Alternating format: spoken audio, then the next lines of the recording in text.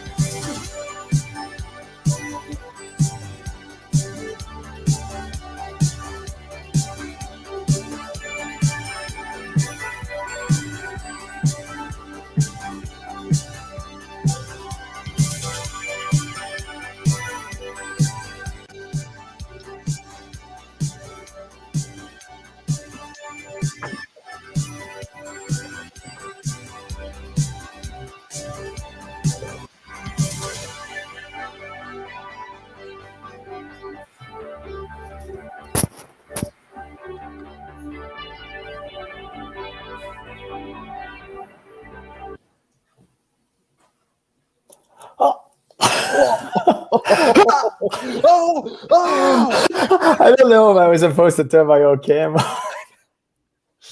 No, I think that was good. That was good. Okay. It's a little sneak in.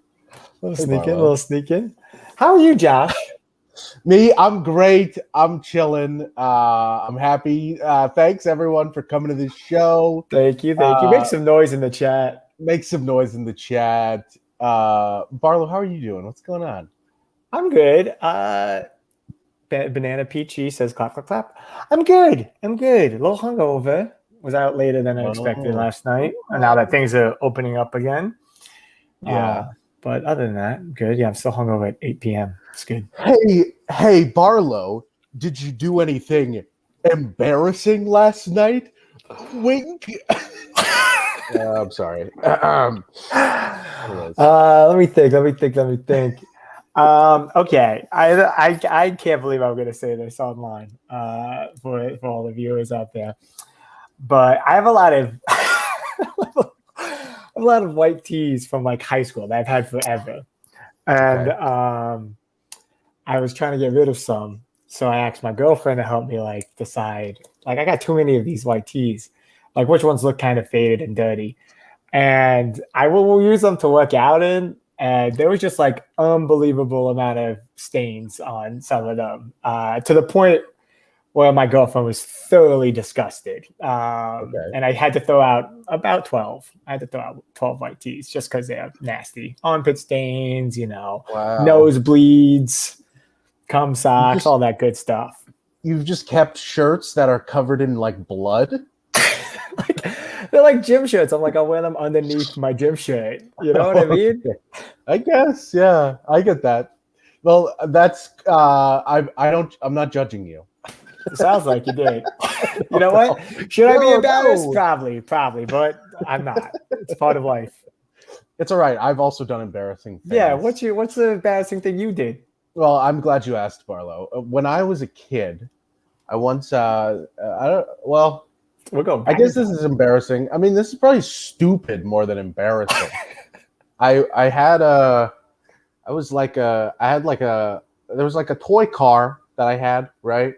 And I was curious. I wanted to see what would happen if I dropped a rock on it, right? It was like one of those like cheap like Hot Wheels. So I didn't. Okay. I don't know. Whatever. Anyways, I crushed. Obviously, it crushed, right? So I was like, wow, that's crazy. I wonder what would happen if I put my finger underneath the rock instead. So I dropped just a huge rock on my finger. And I broke my finger, and it was a stupid. It was really dumb. In a way, though, kind of. I think that could pass as like a 6th grade middle school science project. That's true. I was learning. I was curious. I wanted to know what the human body could take. That was what I was. You had a hypothesis and you tested it. yeah, I was testing my hypothesis. But that's the theme of the show. What should I be embarrassed? Where we have a monologuist who's going to tell a story. Before we get all our improvisers out here, we do have to do some stuff for Squirrel. You're watching on the Squirrel channel. What's Squirrel, Josh? You know more than I do. Oh man, the Squirrel, great improv comedy, all around comedy theater. Squirrel is awesome. Squirrel's got classes. You could go to thesquirrelnyc.com for info on that, classes and shows. And they got live shows now. Live shows, that's right. We're doing live shows at Caveat. Caveat. Great space, good times, good fun all around. And they're a nonprofit too. So if you guys want, I'll give it up for Octavia Tech. If we have that little graphic about what people can donate to the theater to pay their artists, so all the money you donate, the Venmo, I believe, is at Squirrel NYC, where the money gets paid to the performers, so people can actually get paid to do comedy online. Nice. But yeah, I think that's it. I think that is. Should we bring out our guests? Yeah, let's do it. Oh, he's okay. Get out of here. You're muted. Now this is embarrassing. I didn't think it was. I assumed I turned on my camera, and then Octavia was going to gently let me into the chat. Turn your camera off. We're going to do a big entrance for you. Okay, I'll be back. Okay, it's automatic. Okay, we got a bunch of great performers. You got a little sneak peek at who's telling the stories later today. I'm going first, right, Josh? Give it up. Give it up for our first improviser. You've probably seen this on Twitter blowing up. Give it up for Sydney Battle. Oh my God, that's me. I'm first. Yeah, you're first. It's alphabetical. Yeah. Oh, well, you didn't have to tell me that. It would have taken me 10 minutes to notice. It would have taken me 10 minutes to notice. Whoa, okay. Oh, man. Okay. And next, don't leave. No, Sydney, please.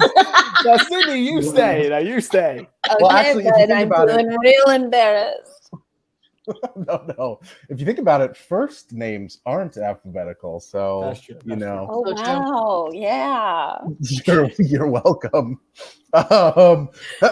Anyways, next we got another great improviser, Michelle Chan Bennett. She's. Oh shit! Wow, she's not here. I forgot I did it right. Okay, one last time. Are my sleeves too big? It looks a little big. No, your sleeves look great. You look great, Michelle. You look great. They are big, but they look Don't great. change. No, never change. Okay. Also improvising tonight, we got the great improviser from Santos. Give it up for Lindsey, Leonard. Yeah. Wow. Nice. Okay, and next we got Raymond Santos. Good friend. Good friend, also from Santos. Turn the camera. And last but not least, improvising tonight, give it up for Zach Young. Ooh. Ooh, from Shrek. Oh my God. This is like sitcom. Okay, and last but not least, you already saw them. They're coming back. You might know them from Characters Welcome back in the UCB heydays, or you might have seen them on Peacock's Rutherford Falls, or you might have catch them there, call themselves up-and-coming amateur Twitter star. Please give it up for Tai Leclaire.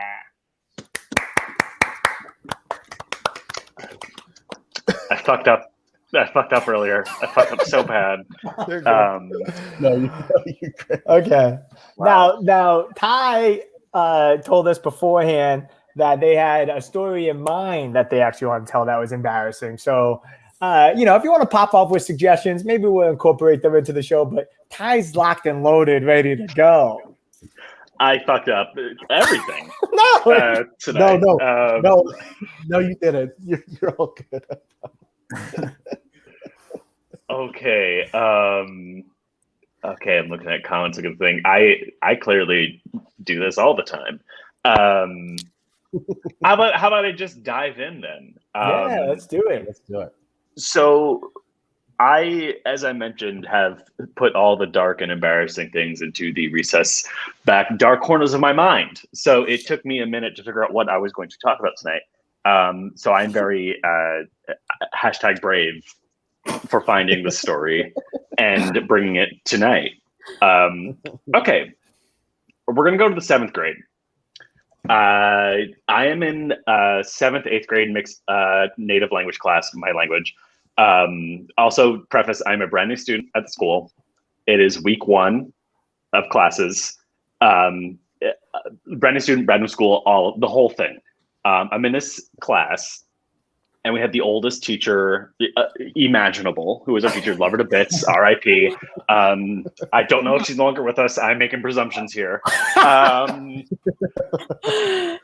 I learned that like every time that she stepped out to go do something, the cool kids would share stories, do shenanigans, do all the crazy shit, right?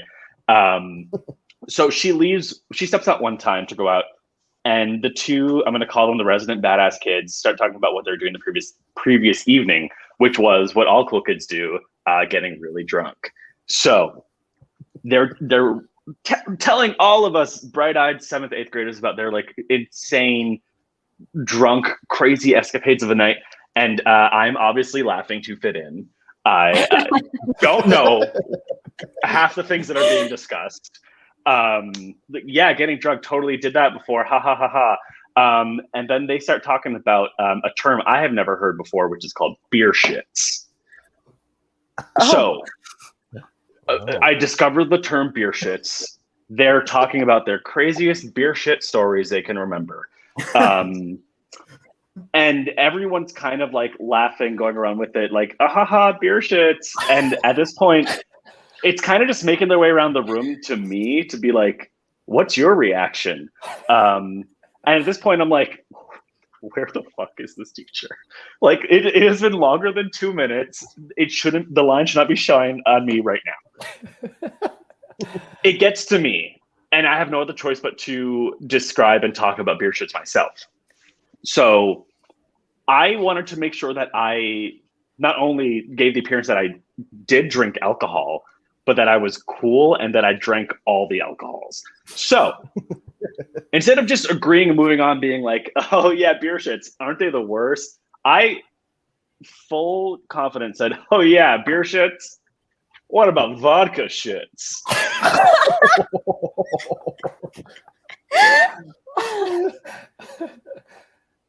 Everyone said nothing. Silence. Vodka shits are not a thing. It's not a thing that happened. It's not a thing that people say. That's when the teacher walked in and class resumed. And for the rest of the year, I was vodka shits. It was like your nickname? Yeah. Yeah. Oh. And I grew up to like dark liquor, so I don't even know. I have nothing to gain from ever doing that, but it sits with me and haunts me. Hashtag brave. Hashtag brave. Beautiful. Hashtag brave. Wow. All right, keep it up. Make some noise in the chat for Ty. Ty, thank you so much. Ty, Thank you. now you can turn your camera off and just enjoy the show. Feel free to leave your mic on and let us hear that wonderful laughter. But we're gonna take all that. I think Josh, right?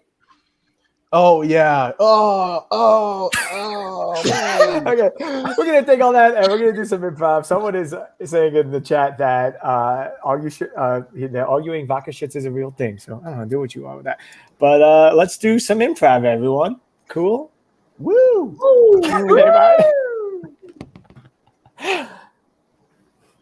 Oh yeah. You got beer shits? I got gasoline shits. Ooh. Oh, I've been drinking so much gasoline. Oh. Hey, son, I heard you practicing in the mirror. What are you doing? Oh. Nothing, Dad. Are you just doing a practicing monologue? Is there a big fight at school? I was just thinking about talking to my cool friends at school. Sorry, I'm just embarrassed. I'm a little nervous. It's my first day at a new school. I just want to make sure I get everything right. Your father and I know that you have nothing to worry about. You're a really cool kid. They're all gonna love you. Okay. I hope so. I mean, I've been. Can I be honest with you guys? What are you doing? We're trying to be more physical. We're trying to be more. We're working on that. Yeah. Okay, I mean, that's very lovely. I don't need you. You don't need to be. We keep missing each other. I don't want to make this about us. I don't want to make this about us. Sorry. We love you, son. You know, we love you. You're a fun-loving boy. Everyone's gonna love you there. Okay. So, what are you gonna talk to them about? So. Oh, you really want to know? Mm-hmm. Yeah. We're your parents. I've been drinking a ton of gasoline. This is what happens when we don't show physical affection. This is what happens. More. I'm 13. I drink gasoline. What's wrong with that? My God. Let's look through his room. We have to find this gasoline. That's insane. That you're drinking gasoline. Wait, this big gas canister? This is for gasoline? This? Yeah. That what? Yeah, that's my. Well, yeah, yes, sir. That's my big gasoline can that I drink every day. I'm sorry. I don't know. I thought it would. I thought it would make me cool. I'm sorry. That's very dangerous. The only other time I've heard of someone sniffing gasoline in this movie Love Liza that I saw, that was pretty good. Oh no, I'm muted. Sorry, you're mouthing words to us. What are you saying? This is Love Liza, the movie. The scene. I turned it on. I thought we might want to watch. Wow. Give me another can. Give me another can. Liza, I can't give you another can, baby. You cleaned me out. You keep coming back for more gasoline. Liza, baby, I can't give you no more. Cans Oh, I are love. Both, baby, both. When I get that next shipment that's coming tonight at 8 p.m., let me tell you, I will not be letting you know because you've eaten all of my gasoline so far and you're killing yourself. Tag everyone out except Sydney. Here's your shipment of gasoline, 8 p.m. on the dot. Finally, this is going to save me from going under, baby. I got a girl, she's in here every other day, feeding a little habit, doing her little activities with a gasoline. Where you from? Man, my dad was in the military. I grew up all over the place, baby. And I needed to retain my sense of Americana. And so my dad would rent me all of these movies. And I guess I sort of learned how to talk from the pictures. I'm writing a novel and I want it to be about you. I'm sorry, I've already sold my life rights. Oh. All right, just time for the gasoline then. You are fun. All right, that'll be, let me see, the running price on gasoline now. Yeah, you don't need to tell me how much it is. I know what it costs. I'm selling it to you. Put the money I'm in selling my it to hand. Oh, right. I'm telling you guys. I thought you wanted to buy back a barrel or something. You know, I don't know. Men over 21, what they do in their trucks. Who knows? I just listen to country music. TMI, buddy. Sorry. All right. Sorry, I'm working on that. Here's all the money. Thank you, thank you. Thank you. Okay. Okay. Thank you, thank you. You're welcome. Well, I guess that was my last shift, so I'm gonna get out of here. Enjoy the gasoline. Don't tell me what to do with it. All right, too much. Sorry, I'm working on it with my. I don't gotta enjoy it. All right. Wait.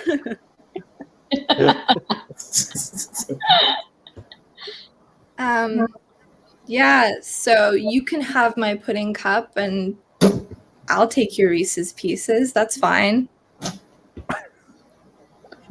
What?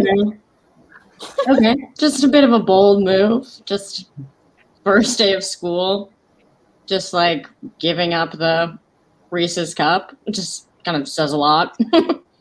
Okay, well, it's a new year. It's a new me. I'm making bold moves. What of it?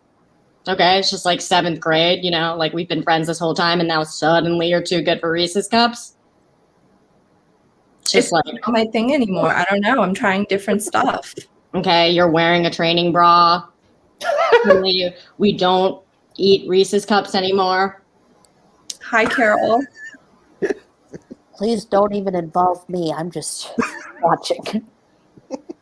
See, Carol's been consistent since 1st grade. The three of us, the new Rat Pack. Well, maybe I don't want to be the Rat Pack. What do you mean? I don't. What do you mean you don't want to be the Rat Pack? We're the 3 girls who don't talk to anyone except each other and our pet rats. Hold on. I thought that we were the preeminent badasses around here. That's more like it. Yes. What's this guy doing? Oh, don't mind me. I'm just watching. That's my. You can't copy my thing. Tobias. Oh, come on. Oh, you caught me. It's me, Tobias. Tobias, yeah, I almost didn't recognize you under all those hats. Yeah, I got a lot of top hats on. I just wanted to hang out with you guys. You all seem so cool, and I'm from Britain, and I wanted to just hang out with you all. So carry on. Ignore me. Well, Okay, class. That's enough chit chat. Time to give our reports on where we're from. Why don't you go first, Top Hat Boy? Yes. Okay, calm down, Jacob. We all know you're from Hawaii and you love that. Yes. What, first? Go. It's Tobias' turn first. Oh, me? I'm from England. Okay, tell us about it. There's a whole report, not just a sentence. Yeah, tell us all about it. The neighborhood you're from, what the street was like, what the air tasted like every morning. Your haberdasher. Of course, I would be honored to tell you about England. I was born on the West End. My mother was a dancer for Matilda, and I came out in the middle of a big dance number. She played one of the adults, not one of the kids, in case that was a question that you were wondering. And I came out and I was dancing too. I was like one of those, like, hello, my honey, hello, my baby. Like Oh, those that's the frogs. bell. That's the bell. But let's just blow right through it. We'll just keep going. I do want to hear more about this. So yeah, I came out and I was it was a rainy day, and yeah, that's about it. Any questions? Oh, now don't mind me. I'm just the German exchange student. Oh my god. I have a That's question true. for the German exchange student. Yes. Where are you from? Oh, I'm straight from the motherland of Germany. Motherland. Motherland. That's, Motherland. That's right. that's suspicious. That's It's right. interesting phrasing. Almost. We're having a Well, history unit right now. Is all I'm gonna say. That's right. Where That's right. Where the Frankfurters flow like rich mahogany molasses. Germany, the Reichland. You from Southern Germany? Yes. The deep south part of Germany. Okay. I well, didn't know guess- that depending on what part of Germany you live in, that's like the accent they teach you when you learn English in schools. Like Midwest Germany, they're all talking about whatever Midwest people talk about, and the West side. They call soda pop in Midwest Oh, Germany. yeah, and they're Yeah. like obsessed with tater tots. Yeah, that's right. That's right. They say tomato where I'm from, and my school was run by Nazis. There it is. Add it. Ooh. Hey, this is gonna sound crazy, but I know our teacher's old, but is this her in the history textbook in this photo? Whoa. Let me check my book. What page is it? It's page 69. Nice. It's not my choice, it's just there. No, good choice. It's not a choice though, it's on the page. No, you picked a good page. I didn't pick it, I was just going through, I was reading it, it was right there. You don't got to brag how good of a page this is. Dude, same picture, same book. I'm telling you, it looks like her, right? Dude, that's crazy. This is a chapter on Neanderthals. Because it's 69. It's pretty early in a history textbook. So it's Very early, yeah. And there's a photo of it, I guess. I mean, Hey, sorry, I couldn't help it over here. Have you guys opened to page 420 yet? oh, nice. no, I'm only on page 69. I'm reading sequentially. Well, check it out. Oh, okay. Okay. Am I looking at a specific paragraph or a picture? Look at the picture. Who does it look like? Oh my god. Oh, it's our teacher. Yeah. That's crazy. Reformation England. That's our teacher. Ancient England. Hey, sorry. Reformation. Hey, sorry to interrupt. I saw you guys looking at the textbook, and I was wondering if you have seen page boobs yet. Oops, I mean 8,008.5. I have not gone to 8,008.5 yet. Let me go You to should take a look. Take a look. By the way, this is fucking up my back. Is this fucking up anyone else's The back? book is My the book backpack? is too big. The book is way too big. Oh, It's yeah, the only the book book I is carry. huge. I mean, I'm not really sure why the mailman just told us to look at page boobs. Just I'm deliver the not- mail to the school and get out of here. Oh, sorry. Okay. Boobs. Sorry, dudes. Oh my god! In medieval England. Wait. Where'd you go? I think the bell rang. Oh shit, I'm late. Oh fuck, I'm so late. Oh shit. Oh my god. Let me lift this up. Wait, I have to. God damn it. I can't lift it. Oh, god damn it. Help me. You're stronger. Help me. I gotta get my book in my bag.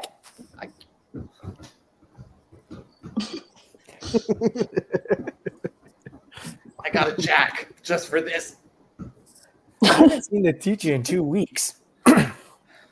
Yeah. Oh yeah.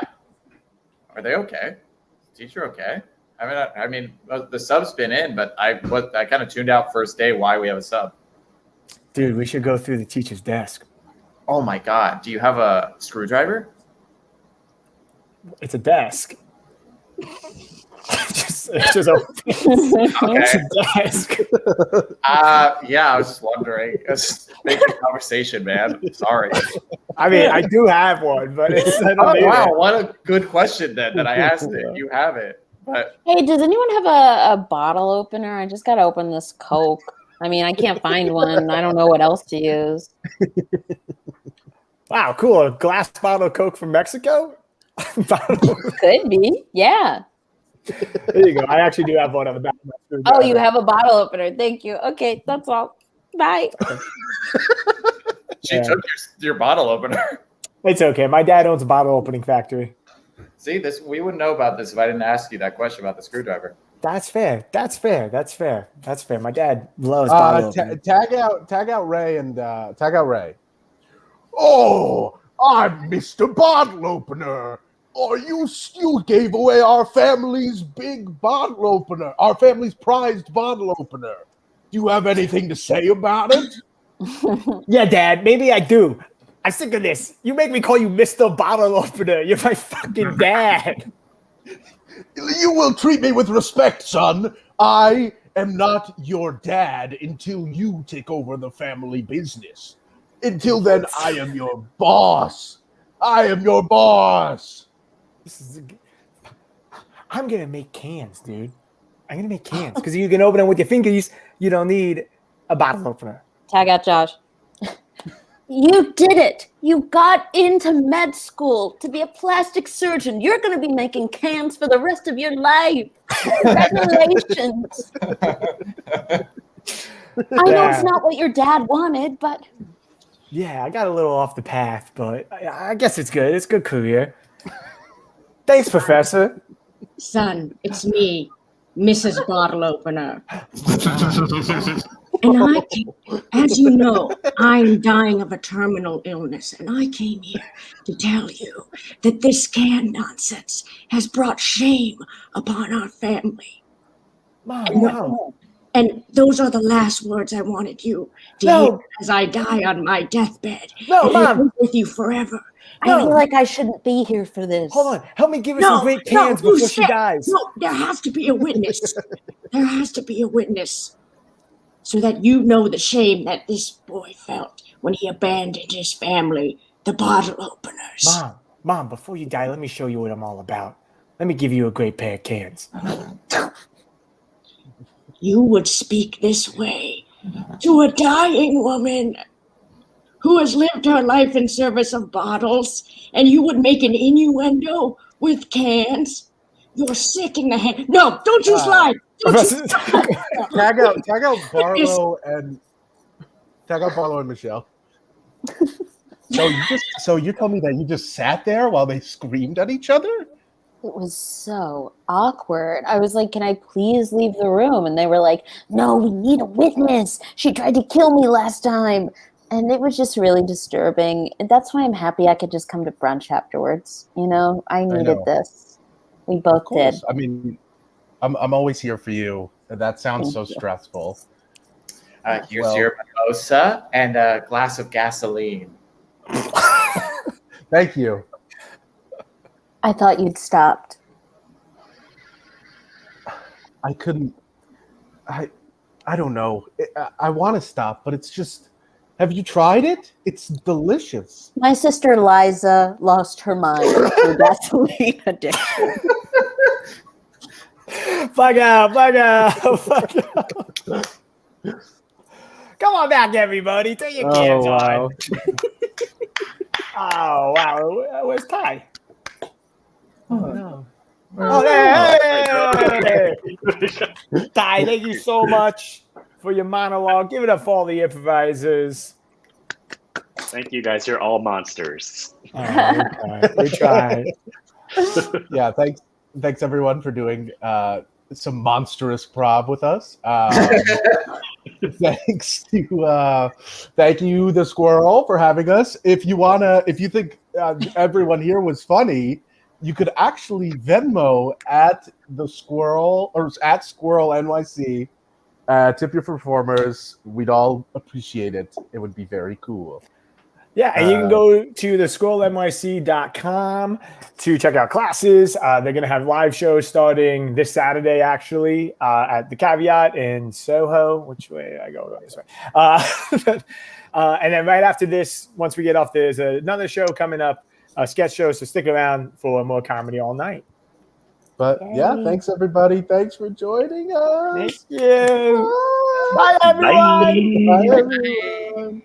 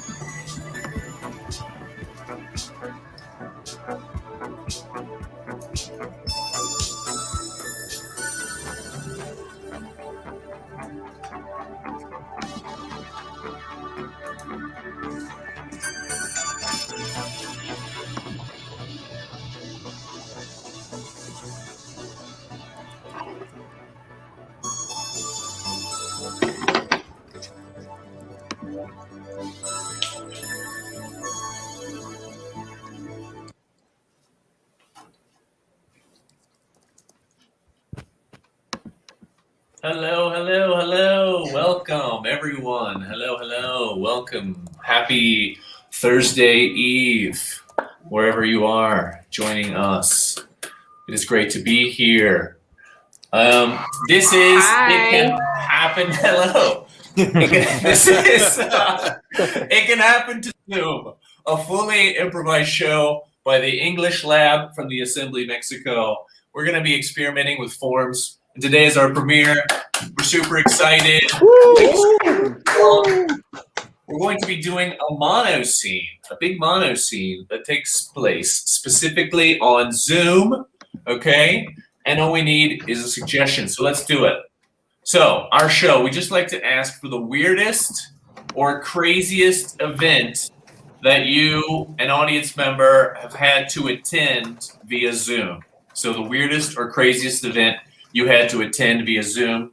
Go ahead and type it in the comments. Weirdest or craziest event you had on Zoom. Go. In the meantime, let me tell you about our host. Okay, I want to talk about the host. Will you? One of you guys watch for the suggestion. The Squirrel Theater, right? An amazing upcoming theater and school with online shows and classes on improv, sketch, character, and they're about to be doing live performances in New York City beginning June 5th. So that's exciting. They're going to be doing shows at the Caveat starting Saturdays, Sunday, Mondays, all the days coming because hopefully this pandemic is ending soon. Okay? And so the weekend's coming up. Save your money. Yeah? Also, speaking of money, you can donate to the Squirrel and to us, the show, the artists. Okay?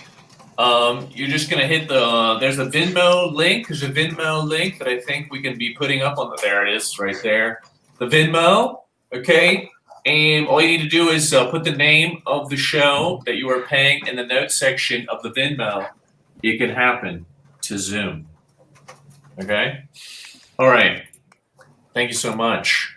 So let's get started. Did you guys see any suggestions? Spiritual retreat. Okay. Let's do it. Spiritual retreat. It's the first one. Just really quickly before we start, we're just going to do a small living room type thing, spiritual retreat, and we're just going to talk about amongst ourselves. Have you guys had any bizarre, unusual experiences in a spiritual retreat? And if not, what do you think it would be like on Zoom? Well, I had a spiritual retreat, but we were without, we couldn't talk for 3 days, so I think it was useful. That makes for a great scene, I think. Yeah, that sounds like a great mono scene. Let's do it. And scene. You couldn't talk for 3 days. Did you actually do that though? This is what Yeah, and I was in high school, so that was weird. What? Oh wow! Was this an actual? Sorry, go ahead. Was this an actual retreat, or did your mom just tell you not to talk for 3 days? No, it was like a Catholic retreat. Oh, and the worst thing is my parents didn't send me that there. But like there were like any drugs or something? Nothing, like just water. Just water. There's no drugs. Well, I went to this ayahuasca thingy. Oh yeah. So everybody was like, "Oh my God, what's gonna be? I want to feel something." And there was this group, me and some friends, that we didn't feel anything, and we were like, "Oh my God, we were scammed." But the other group were like crazy in the floor singing, soprano and stuff. And we were like, "Oh my God, we want that drug too." Of course. But nothing happened for real. So there were two groups, like one was like, but you all took the same drug and just one group nothing happened and the other group something happened. Yeah. That's called an experiment. And it's a placebo. Yeah, control and a placebo. Okay. Yeah, it's not like an experiment, straight up. It was just an experiment from Harvard or something. And what do you guys think, like, a spiritual retreat would be like on Zoom? Well, I actually did there's this thing called TM, Transcendental Meditation. And every Sunday they connect at the same time worldwide to meditate at the same time. So what happens is the guy says, like, when everyone's here, we'll start meditating. And it's like, when do you know when everyone's here? And then we meditate for 20 minutes, which is 20 minutes of people just going like this to see if everyone has their eyes closed. Some people meditate with their eyes open, and I think meditating with your eyes open is like kissing with your eyes open. It's weird and you shouldn't do it. And so yeah, I did it like a couple of times, and then I stopped doing it because I did it because I wanted to like be, in contact with myself and, like more confident or whatever, but I just felt awkward, it's just a bunch of white people seeing like, he's brown, we're fine here, right? I don't have to like they're opening their eyes to see what you're gonna do. To see which, because like they're, I don't know, it's like weird. Like everyone's like trying to meditate, but then they open their eye like this. And honestly, I was just looking at everyone. Like I'm like, what are you doing? And then what happens after the transcendental meditation? Well, like the world is 20 a little bit. According to Jerry Seinfeld, the world is a little bit better, and then you disconnect, and then you just go watch TV or something. And then you go back to the normal. Oh my god. Great. This is great. I think we have enough.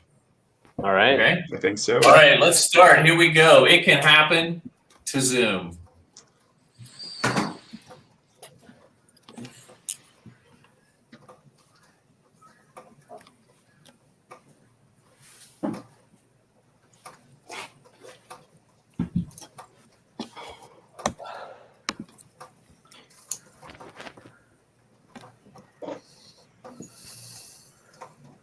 Oh wow. Were we supposed to take it before or after you talked to us? Take it. Yeah. It. You don't call the mother it, okay? The name of the mother. I don't know, I'm feeling weird. Yeah, that's gonna happen. You look like you're tripping out completely. Yeah, that same thing happened to you when you took that green smoothie the last day. Oh yeah, the green juice. We always tell you, man, like, when you come here and we're all together and we're gonna do this group meditation, you don't need to take drugs beforehand. You don't need. It's not necessary. And actually, if you do, it's more fun. That can be true. I was thinking it can be really counterproductive, right? Like we're trying to clear our minds a little bit, be together, kind of be all at once, and look at your face is melting up. I mean, you kind of look blue. Well, yeah. Okay. Yeah, you shouldn't take hallucinogenics for this. I mean, I take Xanax and some booze, which helps meditation, to be quite honest. But yours, I think it's for a different occasion. So all you guys do stuff before meditation to chill out? That's interesting. Brian, do you do that? No, I stay super focused. I look at one spot. I do not distract my attention. I kind of stay completely rigidly in the moment. I am in the moment now. Wow. Okay. I was in that moment too. No, you weren't. No. I'm not anymore. Yeah, you don't look that focused. No. Well, I mean, if we're all just going to open up here, I mean, I actually do something as well to relax myself before coming on as this group meditation. And we're all friends, so I can tell you that. Well, I go to the bathroom and I drop a wicked deuce. Okay. That's transcendental. Yeah. Oh, yeah. Yeah. I have a mantra and everything. When I'm on the toilet holding the signs, I just repeat the same word over and over again until I'm done. Yeah. Okay, so I guess if we're sort of confessing what we do before, to sort of center ourselves before coming on and meditating, I always go into the backyard and kill a squirrel before coming on. Squirrel? Kill a squirrel. A squirrel. Like conflict of interest. Ouch. That sounds I relaxing. mean, everyone has though. their own methods for relaxing themselves. So, and then I come here and we sit in. Is that you know, blood on? namaste. Is that, You have a little is that blood blood here. on your hands? Yeah. And it your is. face It's a with little bit. blood on your hands. I don't know, guys. I mean, it's great that you're all doing something to like center yourselves. I guess I don't need to because like I don't really do anything outside of this. So it's like I'm already at peace and I just come here because it's fun to watch you guys. Okay, You're guys, listen. We're not doing what we came here to do. Okay, let's be honest. We're avoiding the inevitable. All right. Oh, finally. So let's get down to business. Okay, but first, I'm just gonna drop a wicked deuce. Yeah, and I'm gonna wash my hands a little bit. I think I gotta go. Yeah. That is a good idea. That is a good idea. Oh, guys. Oh, finally. I was a little embarrassed to say that in front of everybody, especially Michael. Yeah. Because we had this thing. But you know, I'm very addicted now. I have a big addiction now. I can't. To what? To what? What are you To doing? meditation. What do you think? If I had to guess, I would say coke and heroin, but I'm not sure. Ricardo, No, that's it's not even nice. worse. Oh, sorry.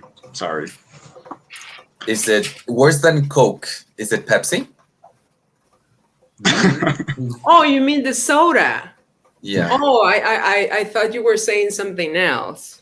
Yeah. It's way worse than that. Tell us, Mel. Way worse. Okay. Yeah, tell us.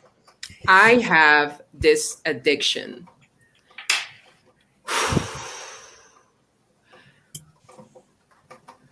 You're in a safe space. Okay, I'm gonna try. I'm addicted to green juices. Okay. I can't stop. No, wait. I know it seems dumb, but I can't stop. I mean, the other day, I bring my NutriBullet to my cousin's baby shower, and I made one in the bathroom. Okay. And everybody noticed. Everybody was hearing the noise of the NutriBullet. They probably thought you were. Oh, yeah. Now, Yeah, what is a NutriBullet? Oh my god, poor people. NutriBullet is this really tiny blender that you can like take everywhere, and you just put like your fruit and stuff there, and then like it is really useful actually. But like green juice, that's not an addiction, honey. Like, oh my god, you're just watching your weight, which is the same thing my mom said about my Coke addiction, by the way. Like I think that you need to kind of like slide into it. Like don't be embarrassed. Not only not be embarrassed, this is a safe space. Not only don't be embarrassed about your green juice addiction, like lean into it. Because I think that gives you an edge over everyone else here. Yeah. No, I mean, but that's not the problem for me. The problem is that I don't want to make all that noise every time every time I make a juice, you know? You see, I thought the green juice bullet was like a suppository or something that you would like insert and like it would just like let go the green juice, no? No, that would be a good. I would use that product. It would be a quieter method of ingesting the green juice. You know, that's maybe one solution. I'm just trying to be positive, guys. I'm trying to be like, practical, don't like, And secondly, I would suggest, Mel, that rather than think of it as an addiction, think of it as more as a kind of focus, almost as a kind of higher power. This green juice is your higher power. That was great. Oh, hi, Michael. How you doing? We've just been meditating here. Mel, feeling better? What's that? Your bathroom door's open there next to the side. What is that in there? Is that a NutriBullet in your bathroom? It's a hair dryer. Oh, okay. Yeah. All right, I guys. smell green juice. let's do it. We're going to close our eyes and we're going to meditate 20 minutes, and then we're going to be stronger than we ever have been. Okay? Okay. Okay. As a friendship group is what I mean, like stronger in that way, in that sense. We're going to be connected. Okay, here we go. Okay, have a just for like 20 minutes. I do have a question. Yeah. Do I have to close my eyes? Yes, exactly. Okay. Here we Like go. how close? Like all the way, or can All we the way. squint a little? I think you can look through like very narrowly. Yeah. There's no halfway. I think it's like you close your eyes or you don't. Why even do you want to see the screen? There's loads of Why- halfway, Michael. Because, I think the eyes are the window to the soul. So in order to see you guys' soul as you meditate, I think I need to have my eyes open. Yeah, and I feel like when I close my eyes that I'm just alone in my house. You are just alone in your house. I mean, if I were to take out my ear pods, I wouldn't, and close my eyes, I mean, I would literally be alone. So in order to connect with you guys, I'm keeping mine open. He makes a great point. That's a great point. For me, it's a little different. I have like a bit of a sleeping fetish. So seeing all of you with your eyes closed is just like, kind of fun.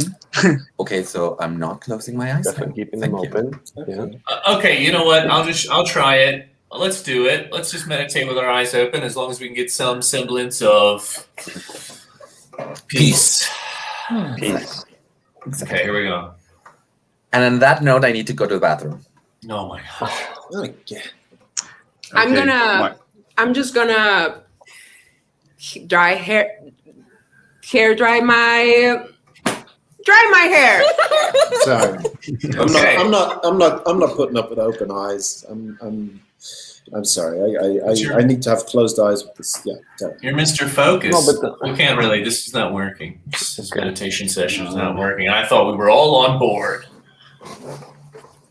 I don't feel relaxed right now. I'm sorry. It's not working. Yeah, it's cool. We talk about something else. I mean, it's not a group meditation if we don't do it as a group.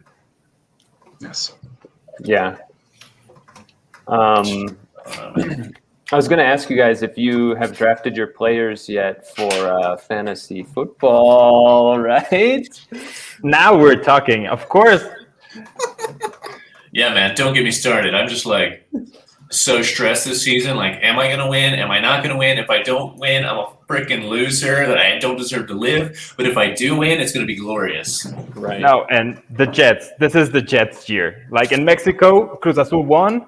Now the Jets, it's their time. I just feel it. I feel it. Yeah, and that's why these sessions have been so helpful, on Saturday evening, so that when Sunday comes, we're fully ready to absorb all the sports. Yeah, but you understand that my team is like superior, and I'm going to win. And if I don't win, I don't even know. Actually, I'm really happy that we're getting into this subject, because the only way my wife lets me connect if I say that I'm going to a healthy retreat. But if we can do this like a covert, fantasy football session, that would be great. Like, oh yeah, I'm meditating. Yeah, yeah.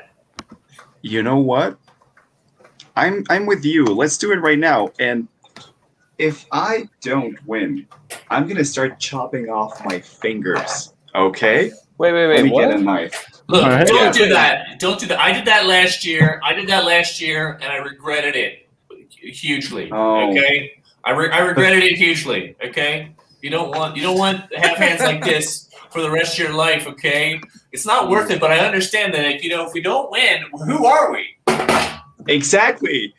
Yeah. You guys need to calm down. I mean, this is fantasy. We're talking about whatever. You got Patrick Mahomes. Oh, that's why I'm so calm. I'm so calm. Yeah, I'm because I have Patrick calm. Mahomes.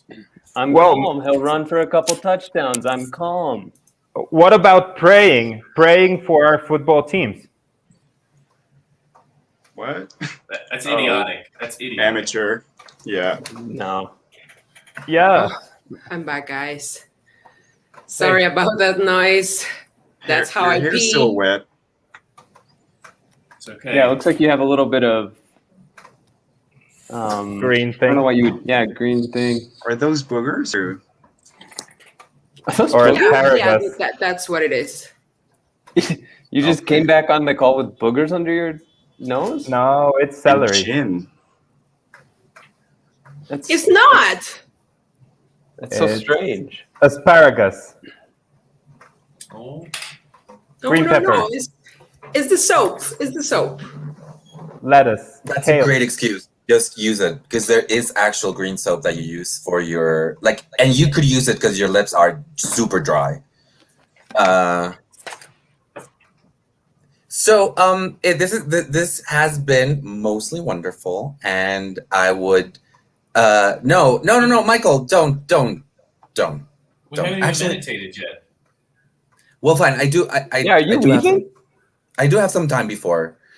No, it's. I mean, it's great seeing you, but as you can see, I have people over, and it's just like. But you said all you do is meditate. You said there's a lot of types of meditation. Okay, not every meditation is like. Okay, sometimes you just need to meditate next to a big glass of wine, and a big hunk of man. So. Maybe that's why you're all so crazy. And you need to stop ganging up on me right now. 6. I do miss 6. To be honest. Yeah, it's a great number. Sorry, I said 6, not 6. Oh, sorry. It's okay. It happens. Yeah. That makes more sense. That makes more sense. I mean, like. And what do you miss about sex? No, it's okay. We don't have to go into detail. Just miss like normal stuff, orgasms. Yeah, stuff. that makes sense. Yeah. What do you miss, guys? Look, you guys, if we're really gonna do this, I think I didn't want to say this, but Brian is the only one who's actually focused. And Mel, I'm sorry, but your juice addiction's kind of getting in the way. So maybe if Brian, Michael, and I don't know, just someone, Andy, why don't we go to a break room and then maybe if we're less people, we can actually get this meditation going. Okay. So we just want to exclude half the group really quick? It's not excluding. We're not excluding. It's focusing, exactly. So, just the 4 of us, come on, you guys. Let's do it. Okay. We're excluding them. Are you? You know what? Are we going to a breakout room? Who's in the breakout room? Yeah, this is the breakout room. Yeah, Okay. well, if we can just kick Ricardo out and have Michael back, we'll be. Yeah, I'm PO'd, okay? Bye. Oh, wait a minute. All of a sudden, I'm back in the know breakout room now. Wait, We all know your Yeah, BO. now We we're all in the know breakout about your room. BO. Okay. Well, so since we're all here, actually, what I wanted to talk about is that I'm super into being the person that pays for Zoom for this meditation thing, but honestly, you guys need to get better friends. What's wrong with our friends? Well, green juice addiction? Get a real addiction, my God. You didn't know that. Ooh, sorry. Yeah, we weren't there for that. Yeah, Mel has a green juice addiction. She didn't want to. Oh my God, she's a green juice addiction? Yeah. She needs to meditate, seriously. Exactly. But with someone else, you guys. With someone else. So what do you suggest? What do you suggest? How are we going to find people? How are we going to get new members? It's pandemic times. Well, I don't know. We weren't forced to find new members. We're here. We're cool. Why do we need more people? I think this is your thing. This is the thing about meditation. It's like always, oh my God, let's get more people. Why don't we get less people? Okay, let's propose to the group. See you later. Yeah, let's propose voting you out to the group. Okay. I'm kidding, Martine. But listen, look. Divided we stand. No, together we stand. Divided we fall. United we fall. Yeah. Thank you. Well, if you let's pull it back to. Let's tell the group. Exactly. Okay. Okay. Exactly. So Martin wants to kick you three guys out of the group. He thinks that we have a just FYI, he thinks this is a sprawling mess of a group. Nobody's got any concentration. Ricardo is, I don't know what's he doing half of the time. Andres is like off his face. Mel has got a green juice addiction. Therefore, you guys should be out. Oh, if we're all telling secrets, if we're all telling secrets about each other, then Brian, how about you tell them about the eye surgery you had, so you can never close your eyes, and that way you always seem focused, even though you're sleeping. That's not cheating. That's not cheating. There's no enhanced performance rules in meditation. If I get my eyes seen to, then I got my eyes seen to. That's all there is to it. Okay. I have something to say too. Yeah. You remember that green juice I gave you in my party? Yeah. That wasn't green juice. No. That was an enchilada smoothie. Okay? And nobody did know. Put in my ass? You're sick. Wow. I drank that. You're sick. Well, we all drank that.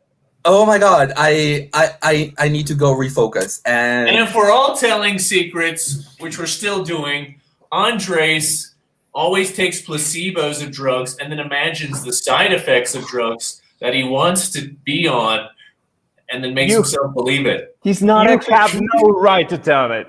I've not been even picked up of better groups, so I'm done with this.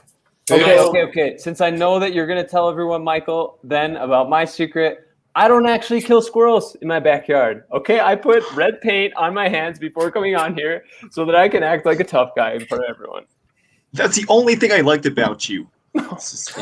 Yeah, it was the only thing that made you interesting, to be honest. Guys. Yeah. No. We're running out of If you're time. I think we need to meditate. Is our 45 minutes almost up? Yes, 45 minutes almost up. And I just wanted to meditate for 45 minutes together with you guys. And you know what I mean? It's just like, what? WTF. No, actually, I think, it's fine. I'm just starting. What? Yes. No, sorry. Everyone close your eyes. Close your eyes. Maybe we can do like meditation intervals that are like 10 seconds long and just as good as a nice 45 hey, minute. Hey, you finished. You don't have surgery on your eyes anymore. I was too. Oh man, this is our show. It can happen on Zoom. That was us doing a crazy mono scene that happens on Zoom. I hope you enjoyed it so much. Let me just introduce everyone before we go. We have Ricardo, we have Andy, we have Brian, we have Martine, we have Mel, we have Andres, and I'm Michael. It was so great to try out this little performance in mono scene. It was the first time. It was so fun. Tip us, tip the squirrel. Let's keep things like this going and happening forever and ever till death do us part. Amen. And now we're all married. So, thank you so much. Bye. Woo.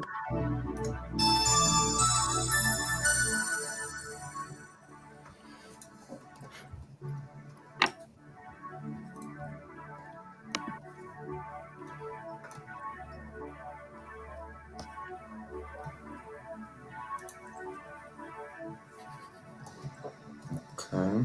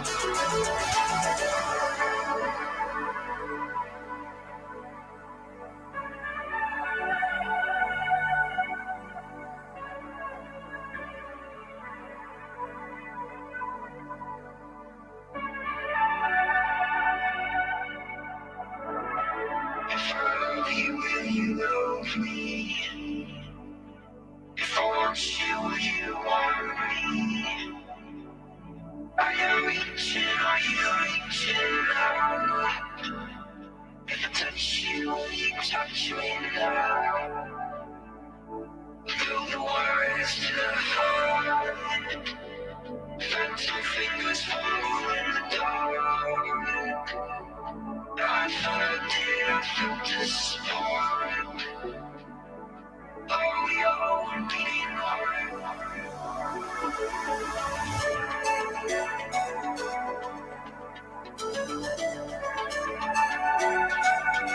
Are we all beating heart?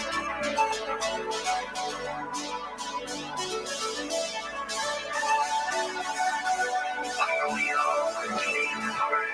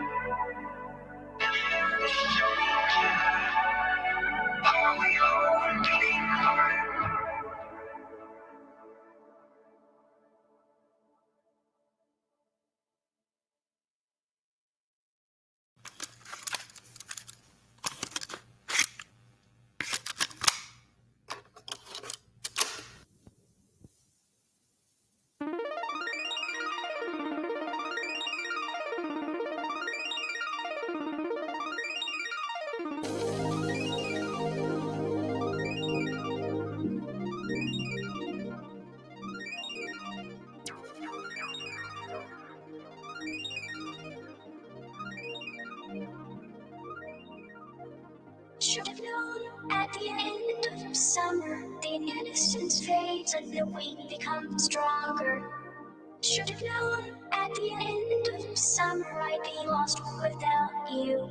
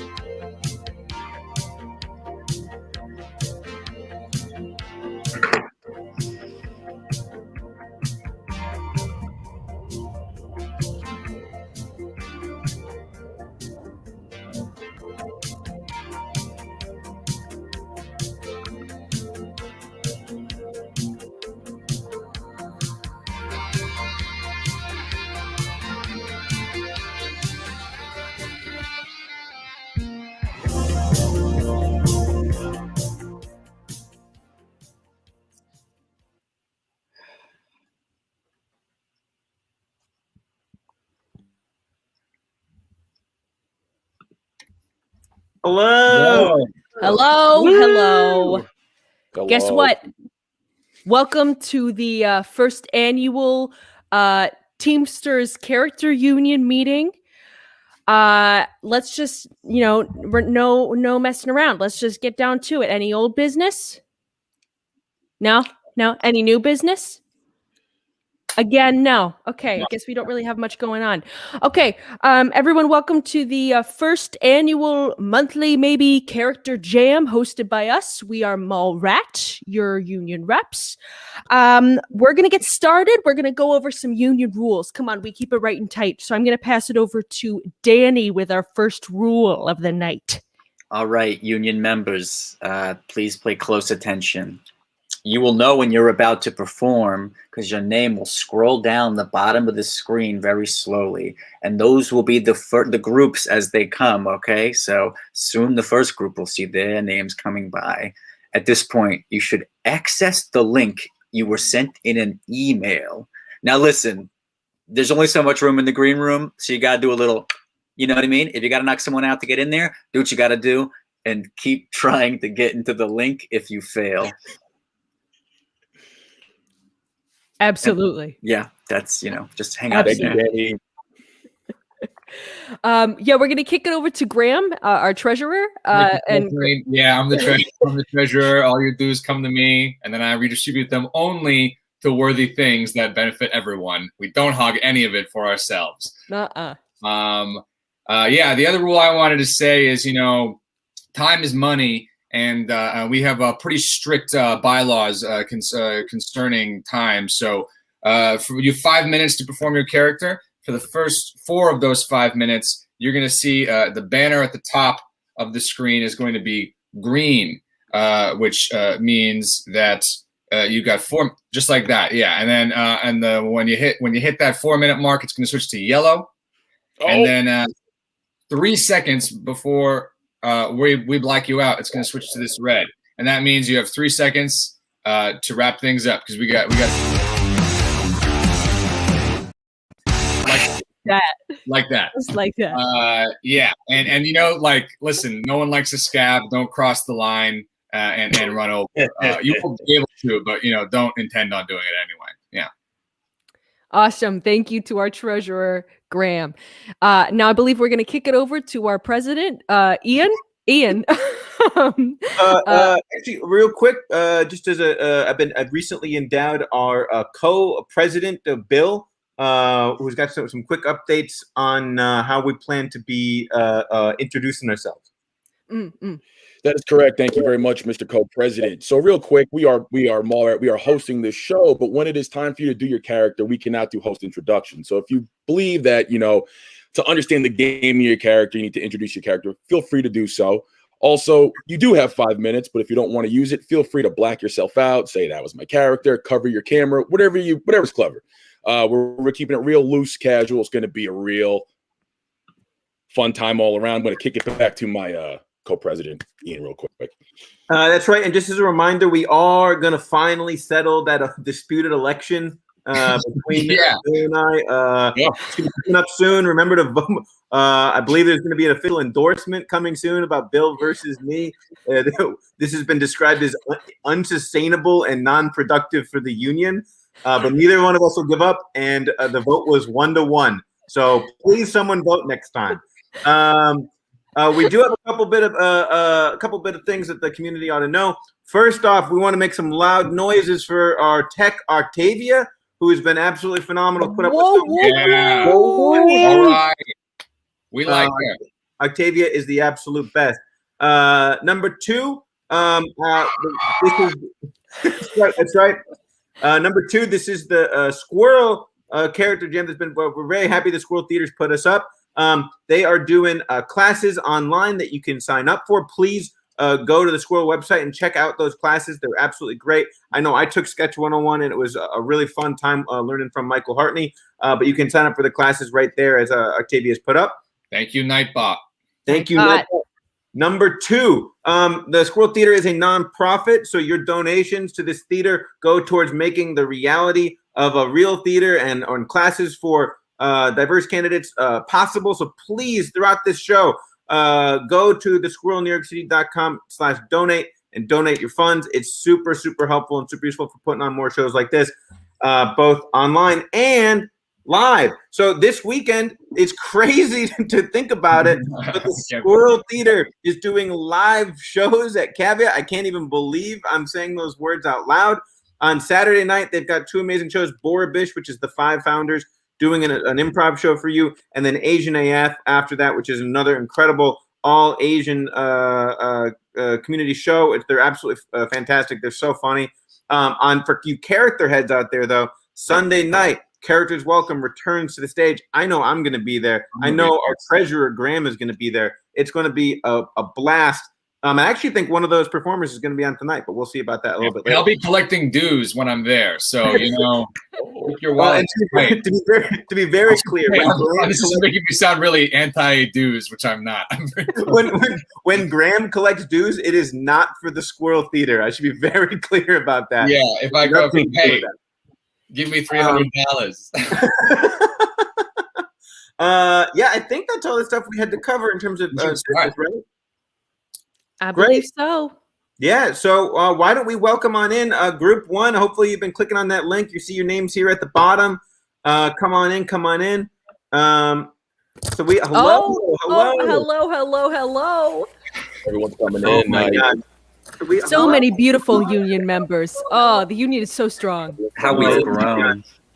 So many. And I know a couple of these people have been with the union for a long time. That's nice. I know a couple of these people have been with the union for a long time. Someone has the Twitch still on.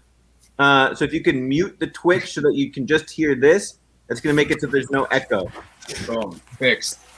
Awesome. Thank you. I only see 3 here, but Kathleen's here as well. We are full as a heads up. That totally makes sense. So why don't we go ahead and kick it off with our first performer of the night, Doug Whittick. Woo!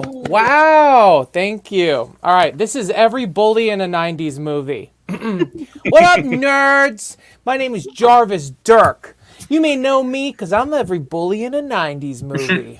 I have spiky hair, so thick and dyed blonde, I've had more than 10 bugs die while trying to land on it. The truth is, I'm insecure because my dad is never around and my mom is obsessed with mid-level marketing. So I'm going to take that out on you!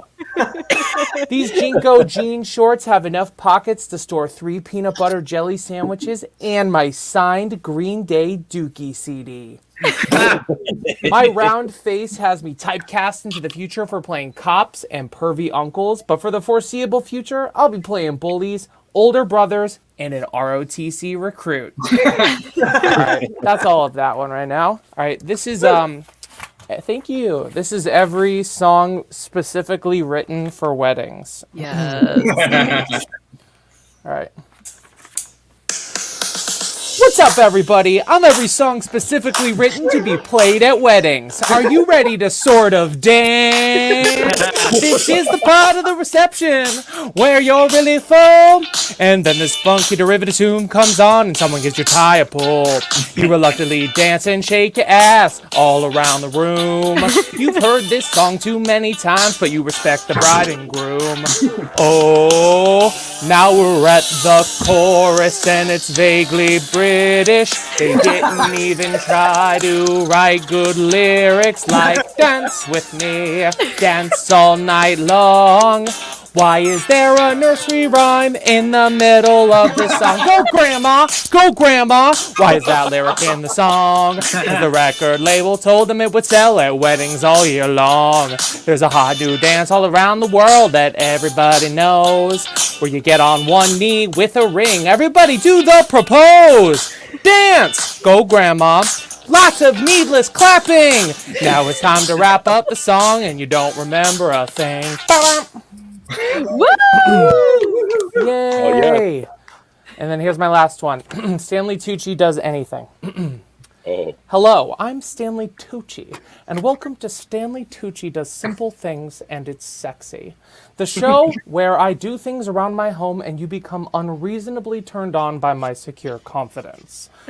People have been leaving my films for years asking themselves, why did that plain-looking man turn me on? So I thought I'd take the opportunity to help you explore my understated sex appeal. Unlike if Mr. Potato Head was sexy, went to therapy, and regularly stopped to remind you, you're so brave. I'm going to start the show by making an Aperol spritz. First, one takes a bit of champagne, some Aperol, and a hit of Pellegrino. And voila, you're literally ravenous for a 60-year-old white guy. Baseline competency drives women absolutely wild. Now I'm going to tie my tie while making eye contact with you. But while I do, we're going to have a respectful conversation about a tough political issue, like law enforcement, Middle East conflict, or how my heirloom tomatoes are coming in. Nothing turns a woman on like even-tempered discourse, but what else would you expect from the man who fed Meryl Streep cheese and grapes on the silver screen? Well, that's all for today. It's time for me to iron my shirts with the window open, which causes my neighbors to suddenly need to walk their dogs. That's all. Thank you. Oh, thank you, Doug. Thank you, Doug. All right, just one quick announcement. Because there are so many people in the rooms, we are going to be kicking you out as soon as your character is done. So switch over the chip. Bye, Doug. Thank you so much. Bye, Doug. You're a good union man. Great member. Great worker. Active member. Oh, should we bring in this next character? Yep. Bring him in. Please welcome. Whoa. Who's next? Matt Rain. Matt Rain.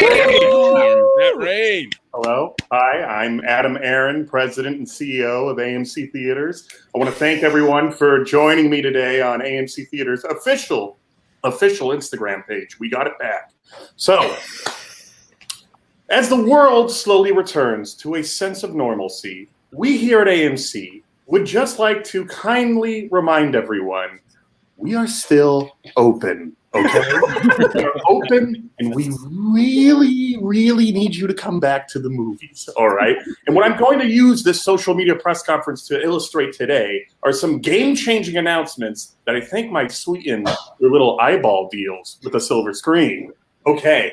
So, as you know, this summer we've got an incredible lineup of films. I have the list here with me right now. Films like Peter Rabbit 2. He's back, everyone. I didn't even know he was gone, but he's back. We've got the Hitman's Wife's Bodyguard. A lot is in that title alone, so a lot must happen in the movie. And finally, the next installment in the epic film franchise that is Paul Blart Mall Cop. It's Paul Blart, Blall Part, Paul Has a Stroke. I understand none of these movies sound appealing to you. It's content for content's sake. You know how the world works. You're not a dumb baby. Listen, this has not been the best pandemic for me, okay? Let's just say Adam Aaron, old AA, is having some home problems, all right?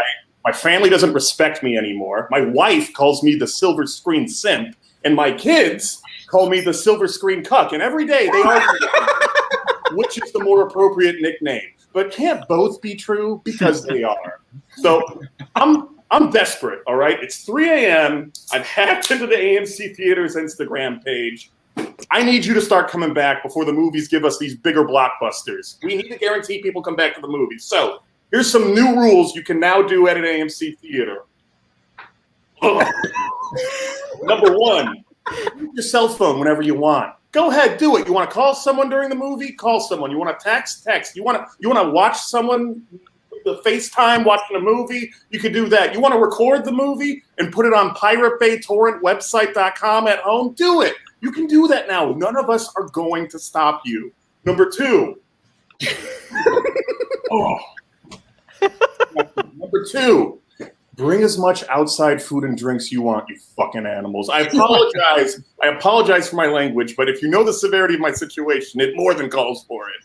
Okay? Bring any food you want. You want to bring in a hot dog that we didn't make you? Go ahead. You're allowed. You want to eat a Sonic burger watching Sonic, you sick fuck? You can do that now. You want to stop at a Chili's, get a 2-for-1 meal to go. Go to the theater, sit in the back right corner in the last row, eat the entire 2-for-1 meal yourself while you watch Cruella. I'm not going to stop you. Do it. Do it to your heart's desire. Number three, and this is the one that's going to shock everybody. Starting now, You can go to an AMC theater and you can fuck in the theater. Fuck in the theater. Now, there are some rules. When you buy and purchase your ticket online, you're going to have to select one of the designated areas that we call sections, and you're going to have to have sections there. Okay, we're sticking to CDC guidelines, all right? It is not safe to fuck people near other people fucking each other. So keep our social distance and keep that in mind. Look, I'm doing my best here, all right? We just need people back in the room. I am so afraid to face my family. I've been sleeping in a Dolby Cinema for the last 8 months. And I've been playing on a loop nonstop Phoebe Bridgers' Smoke Signals. Yeah. Music, and I get to listen to it in Dolby surround sound. I get to surround myself in sadness because I am a broken man and I need you to come back to the movies, okay? Please. Because we got some great stuff still. Like this summer, we've got Nickelodeon's Farts. Both my wife and kids are right.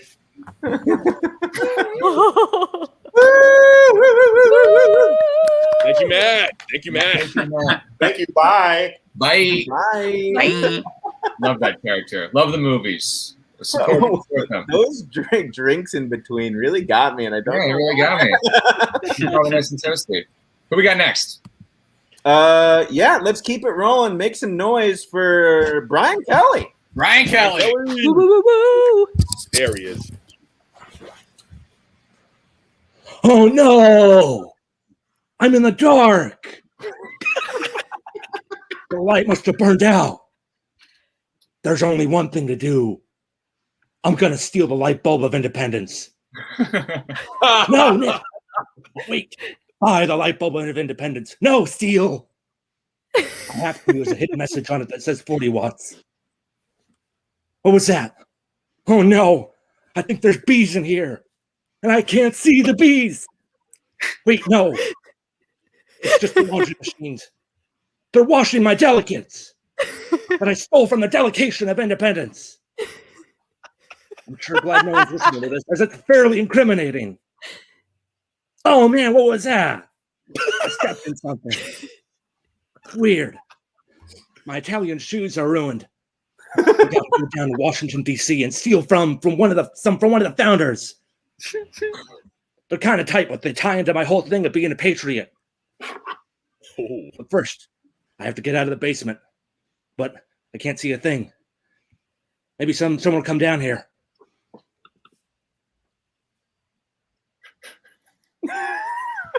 Oh, I'm bored as shit. What am I going to do to pass the time here? Oh, this feels awful. Oh, making it too intense because I'm Nick Cage. In the dark.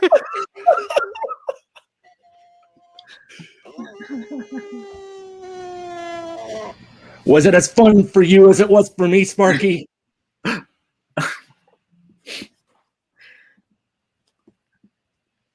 And that's it. Nick Cage in the dark. There we go. There we go. There we go. Thank you so much, Brian. Thank you, Brian. All right, let's make some noise, get crazy in the chat for Alex Boswell. Alex Boswell. Come through. Alex Boswell. Alex Boswell. Come through. Well, make sure you turn off the Twitch stream. That's the best of us. I'm so sorry. No worries. Let's do a real quick introduction for you. Everyone, make some noise for Alex Boswell. This is an improv guy giving a best man speech. Good afternoon, ladies and gentlemen. I am your best man for the evening. Oh, and before I actually begin, if I could get a one-word suggestion from the audience, that would be incredibly helpful later on for the show. I mean, speech. Did someone say pineapple? Guys, I'm joking. But that is my segue to say I actually met Caleb doing improv, and many of you didn't know this before, but your sweet Caleb used to do improv for a troupe called Butt Knuckles before he threw it all away for love. Buttnuggles is a special troupe that does a signature improv form that is like long form, but we let the scenes breathe 15 minutes longer than they're supposed to. Caleb was our designated performer for playing little kids and restaurant waiters. And honestly, Caleb, our divorce scenes have been really lacking lately without you. No, but back to this wonderful celebration. This weekend was absolutely gorgeous. Let's get a hand to everyone who made this beautiful day possible. I couldn't be any happier for my dear friend and his lovely, lovely bride, Stephanie. I was hesitant at first with Stephanie, but I knew that with that smile, she was going to take Caleb away. So I said yes and to life. Actually, it doesn't look like you guys are understanding how hesitant I was about Stephanie. A little dinner and show for the bride and groom. I wanted to keep it a surprise, but here's my wedding gift to you both. Oh, no. Oh, you must be Caleb's girlfriend, Stephanie. Oh, hello, restaurant waiter. Welcome to Steele's your friend from Improv Restaurant. What can I get started for you guys? Well, this is awkward. No. Wow, you guys are a tough audience, but nothing like Buttnuggles' 10 a.m. Sunday slot at Third City. They don't teach characters try to deal with gender roles. They're truth and comedy people. Anyways, I've got to get serious for a moment. Womp womp. I would like to raise my glass to the Millers. A glass. Rob's been a brilliant friend over the years, and it truly is an honor to be his best man. We have some excellent times together, like that time we were detectives for a murder in space, or we poisoned Nancy Pelosi at that Arby's, or even the time I pretended to have sex with you while other players were doing really good space work. But I am accepting that time has passed and you're no longer one of the Buttnuggles. But look, would I rather be at the Branson, Missouri Comedy Festival performing for 12 people that only came to get a discount at Silver Dollar City? Of course I would. But instead, I am here mourning the death of Buttnuggles. But I gotta ask, Caleb, was it all worth it? All those years brunching and kissing? For what, Caleb? A girl that doesn't even know what mind meld is? That's like day one of improv. No, deep down, there's no better feeling than killing at a local comedy stage with 4 other comedians, performing scenes that solve way too many of the issues, solving many of the issues going on in the world today. One day now, Caleb, I don't know if I can yes and to this friendship anymore, Caleb. You've lost yourself. Just so you guys know, everything I said in the speech tonight was completely made up on the spot. When I was going up here, just know me and some of the groomsmen will be performing in the little late night show in the parking lot while Caleb is having sex with his wife. Well, by the laughter in the room, I hope to see you guys in 35, but for now I've got to zip zap zap out of here. That's... Woo! That was Cosmo. Cosmo, everybody. Was it worth it for all those years of brunching and kissing? Is such a for a while. Oh. All right. All right, let's keep it rolling. Put your hands together, everyone, for Brian K. Scott. Woo! Brian K. Scott. Woo!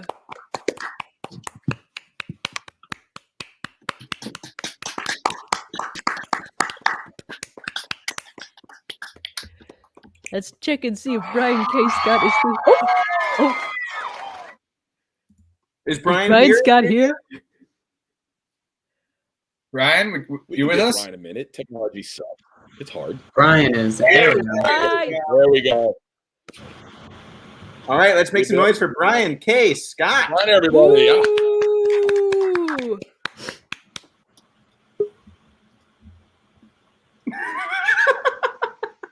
No, it's coming. It's coming. It's coming. There he is. Oh, sorry. I had to refresh. No worries. No worries. No worries. Give it up for Brian, everybody. Brian. Brian. Sarcastic protest signs. We got sarcastic protest signs. Oh my God. We got cops should get the death penalty. Actually, it's all lives should get the death penalty. Sarcastic protest signs. We got sarcastic protest signs here. We got we will not rest. Just kidding, we're exhausted. I'm not helping and I don't intend to. Sarcastic protest signs. Buy them with money. Sarcastic protest signs. We got, you have nothing to lose but your chains and 2-day shipping on thousands of items. Sarcastic protest signs. Sarcastic protest signs. All right. We got, lock her up. A job, because literally anything is better than what we have now. Sarcastic protest signs. What this protest was about. Sarcastic protest signs. I'm still going to roll with it. Okay, we got no money in politics.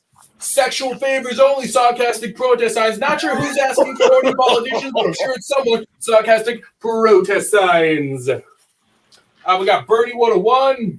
And then, I guess there's no punchline for that. Sarcastic protest signs. Right here. We have to make coal and oil unprofitable because even if those industries barely break even, they will still continue to operate, not even because it is profitable, but because we have a culture that glorifies the billionaires that are killing us. Also, this sign is made out of paper. Sarcastic protest sign!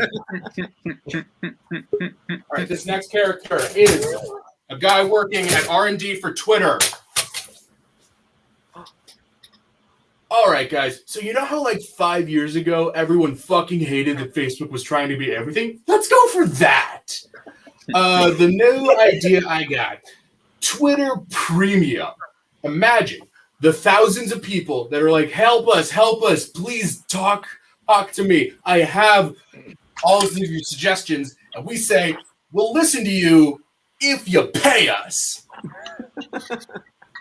I'm hearing nothing but yeses from everyone here looking at Twitter right now.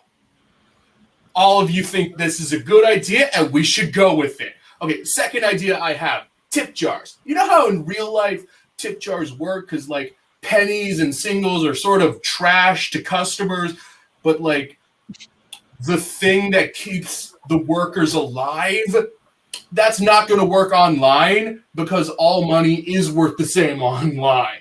So we're going to implement a tip jar where you can pay us, and here's the kicker, both us and PayPal will take most of it.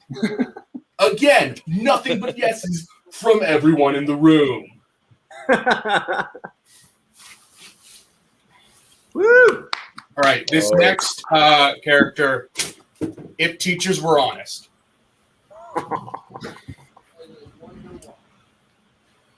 All right. I'm going to be handing out your tests. I'm going to be handing them back to all of you. Some of you got Fs. I want to make sure that you internalize this trauma and keep it with you for years and years after. Trust me, even I wake up with that dream where, like, I'm in high school again. It's weird. Anyway, was that a phone? Now I'm asking, was someone on the Zoom call calling, or like? No phones here. All right, that was part of the timer. Okay.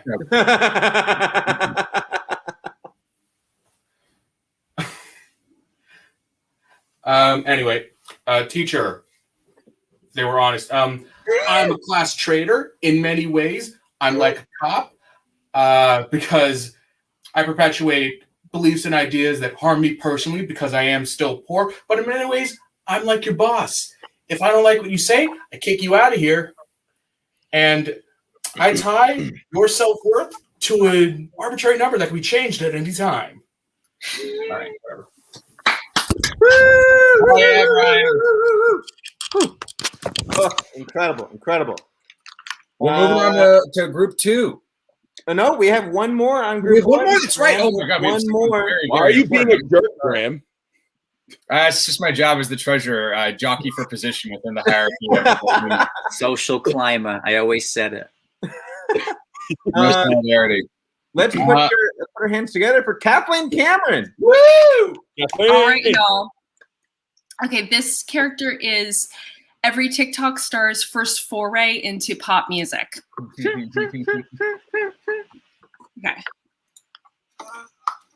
Whoa, yeah. Hey guys, I'm a hot teen just living the dream. I dance real good. My face does this. I'm on Sunday Interscope. God, I'm so bored. You're listening to my debut single. It's all about self-love and mental health. I am young, hot, and wealthy. You're poor, broke, and sad. Now I'm bored on a motorcycle. Now I'm bored on a skateboard. Now I'm bored bungee jumping. When my manager forced me, asked me to do this, I knew exactly what to make. Forever 21 music. Top tops on sale, $2 for $1. If you buy 2 more, you get half off. Now for the gratuitous shot of me drinking something called Bang Energy.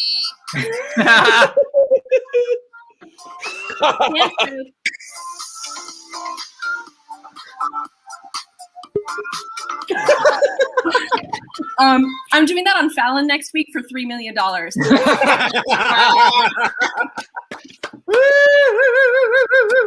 That's it. Production value. Wow. That was production value. Damn, Kathleen. And this is why you're the, what's your role in the union again? Are you? We haven't given me one. What? Oh, you want to be the well, you're the union rep. Union rep. And Bill and I are co-presidents. No one knows what I do, and I like it that way. I know, Danny. What's your role? He's our fixer or something. He's yeah, for sure. He's our bookie. I've got these broad shoulders, and I use them to intimidate people.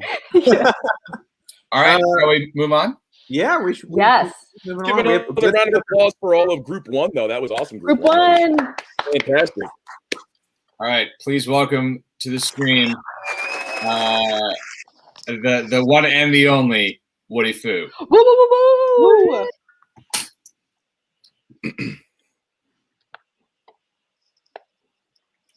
woo.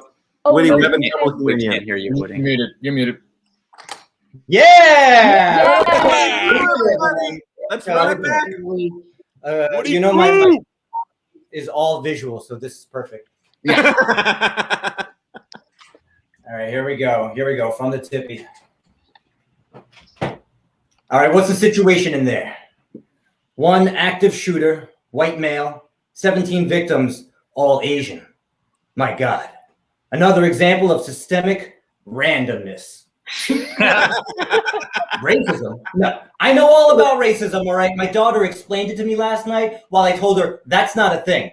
Son, there's a Detective Mayonnaise milk bag. Listen, it's bad. It's very bad. The day you must be having. But don't worry, son. This guy's white, right? No one's gonna hurt you. You know what I don't understand is, why do this here in Chinatown? It makes no sense. Hate crime. Yeah, I hate crime. But what's the motive?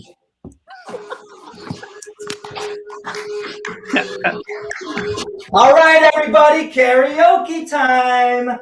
Yes, Dominic, I will actually sing the song this time and not just tell y'all fun facts. Here we go.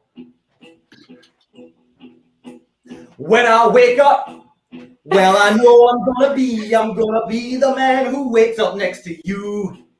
Okay, so fun fact. Scottish twins, which is interesting because, no, Dominic, I'm not ruining karaoke. I'm enhancing karaoke next to you. Well, okay. And if I haver, yes, haver is a weird word, but it leads me to my next fun fact. No? Okay. But I would like to tell you that haver is actually Old Scottish slang. It means saying bullshit that no one cares about. Oh, everyone, get ready. The big da-da-da part does not happen here. It happens later. We'll do it now. You'll sound like an idiot. And actually, that leads me to my next bonus fun fact, which is everyone thinks the da-da-da happens after the first chorus. It happens after the second chorus. What? Just say it, man. I should shut up. No, you know what? You all need me to explain why these songs are good. Otherwise, you'd all be singing Bohemian Rhapsody for the millionth fucking time and not know why it's good. I would rather sing 10 Radiohead songs. you, Dominic. Not that you care, but fun fact, the da-da-da is rooted in the Scottish singing tradition. Yes. Da-da-da.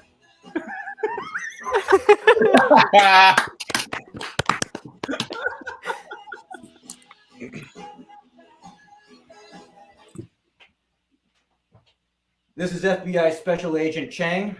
I'm about to initiate Operation Catch a Jade Thief by going undercover as a Chinese tour guide.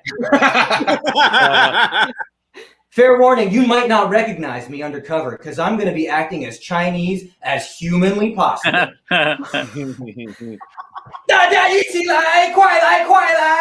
Okay, everybody in the lucky number 8 Golden Toll Group, come here and follow the sound of my voice. Okay, this is the biggest and most beautiful jade stone in all of China. It is number 1. Nobody steal it. Okay, I go over here, make a quiet phone call. 喂，讲话大声一点，听不到你说什么。All right, I'm in. What's that, Paradowski? You think my cover perpetuates Asian stereotypes? I mean, maybe if you do it, when I do it, it's fine. You know, code switching isn't about making you feel comfortable all the time. Sometimes I do it to catch a jade thief. Yeah. All right. I'm going back in there to take some surveillance photos of the suspect. Yes, Paradowski, I'll be inconspicuous. Okay, everybody, time to take a selfie picture, okay? We'll get together on the count of 3. We'll say, Happy China, okay? 1, 2, 3, Happy China! Ooh, picture, lots of fun, lots of fun. Hey, you know today is a Chinese New Year. 高山青，涧水蓝。I'm a Chinese tour guide, very lucky. If you are a jade thief, I'm not FBI. Freeze, you son of a bitch! FBI. I lied in the song. Thank you. Woody Foo. Woody. Oh, yeah. Thank you, Woody. Incredible. Oh man. All right, Graham, you want to take it away? What? Who do we got next week? Oh no. Gotta wait. We're gonna have to wait. He's doing it on purpose. He's fine. I'm worried about Graham. There we go. Yeah. I'm back. Hey, Are we doing the New York accents or no? Yeah, we're still doing it. Oh, yeah, for sure. Sorry. Put your mitts together. Oh my god. No. We're not moving on until Graham gets this out. This Are is you part of serious? Graham's job. All right, how about now? You can hear you now. All right, everyone. Take your meat mitts together and slap them back and forth for Jason Sweet. Hello to all my fellow members at Target. If you do not know me, I am Trenton McKenzie. And if my expressive hands have not already outed me, I am the lead designer for Target's Pride Collection. Yes, cha-ching! From wax clothing to confusing doormats, we are discharging hundreds of gay products. You may be familiar with this rainbow suit.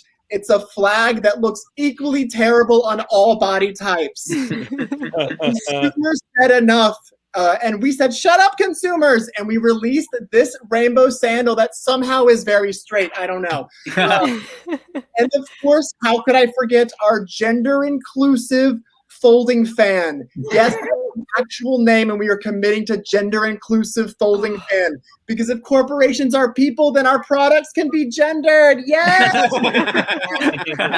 Now, I know you all want to know how I come up with all these bold ideas, and I'm going to share because I'm an ally with everyone that I work with, okay? All right. I look deep into the heart of a spreadsheet that's ranking consumer necessities. I get Excel-cited and find products like ant killer, schnauzer dogs, and LED lanterns, and then I take it for a big old Target spin. Where will it land? Oh my gosh, schnauzer dogs, how fun! Then we Harvey Milk this for all it's worth. It is make it rainbows, rainbow schnauzer dogs for everyone. You will love them. You must buy them. Hooray! Never fails. Our bisexual pineapples are flying off the shelves. Now, I want to do a very Target thing and acknowledge some recent criticisms because I have gotten several emails. People online said that my designs were so ugly that they lost interest in their sexuality, and thus there will be no kink at Pride.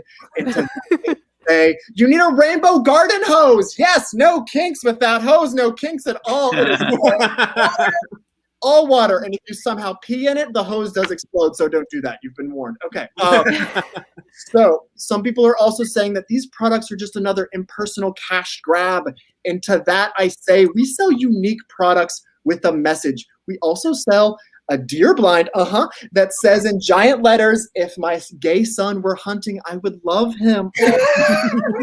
And then on the other side of the deer blind, it says, no, he's not dead. He's just not that type of gay. # not that type of gay. This message is wordy, and thus it is an important message. So on the third side of the deer blind, this is not a comment on masculinity or gun culture. My son, he's just a nearsighted fisherman. Okay, now on the fourth side of the deer blind, we forgot to remove the filler text, and our filler text is love is love, so that's just over and over and over again. This product is powerful. This product is necessary. This product is $4,000. Okay, anyway, the deer blind, it's not selling, but the deer are hearing buzz and wishing to be shot. So technically it's a success. Hooray! All right, so finally, in conclusion, some interns have been asking, what happens to all of this stuff on July 1st? And if you've heard of the term, maybe you've heard of this hot term, it's called anal bleaching. So just imagine that term, but instead of anuses, just imagine all of our products being bleached, and then we slather them in red, white, and blue just in time for 4th of July. Hooray, America! Thank you. I'll give you your 2 minutes back. Woo! 2 minutes. Thank you, Jason. That wasn't real. Impeccable. Happy June, everyone. Bill, you've got to stop buying into all the characters wholeheartedly. No, That's real. I don't like being duped. That's my one rule. I like being duped. Yeah, No one can trick Bill. Bill buys into it, and so when you black it out, it just pisses him off. All right, moving right along. For the sake of the clock, we've got another character coming up, performed by Risham Sarkar. Whoa, whoa, whoa! You're watching Spilling Tea with Patel Auntie. Special welcome to both my subscribers. Today's topic, Resham. Her 23andMe results came back 99% South Asian. What about that 1%? Somebody's great grandma was a and when she's home alone, she doesn't even wear a bra. What is she doing with all that lingerie she buys?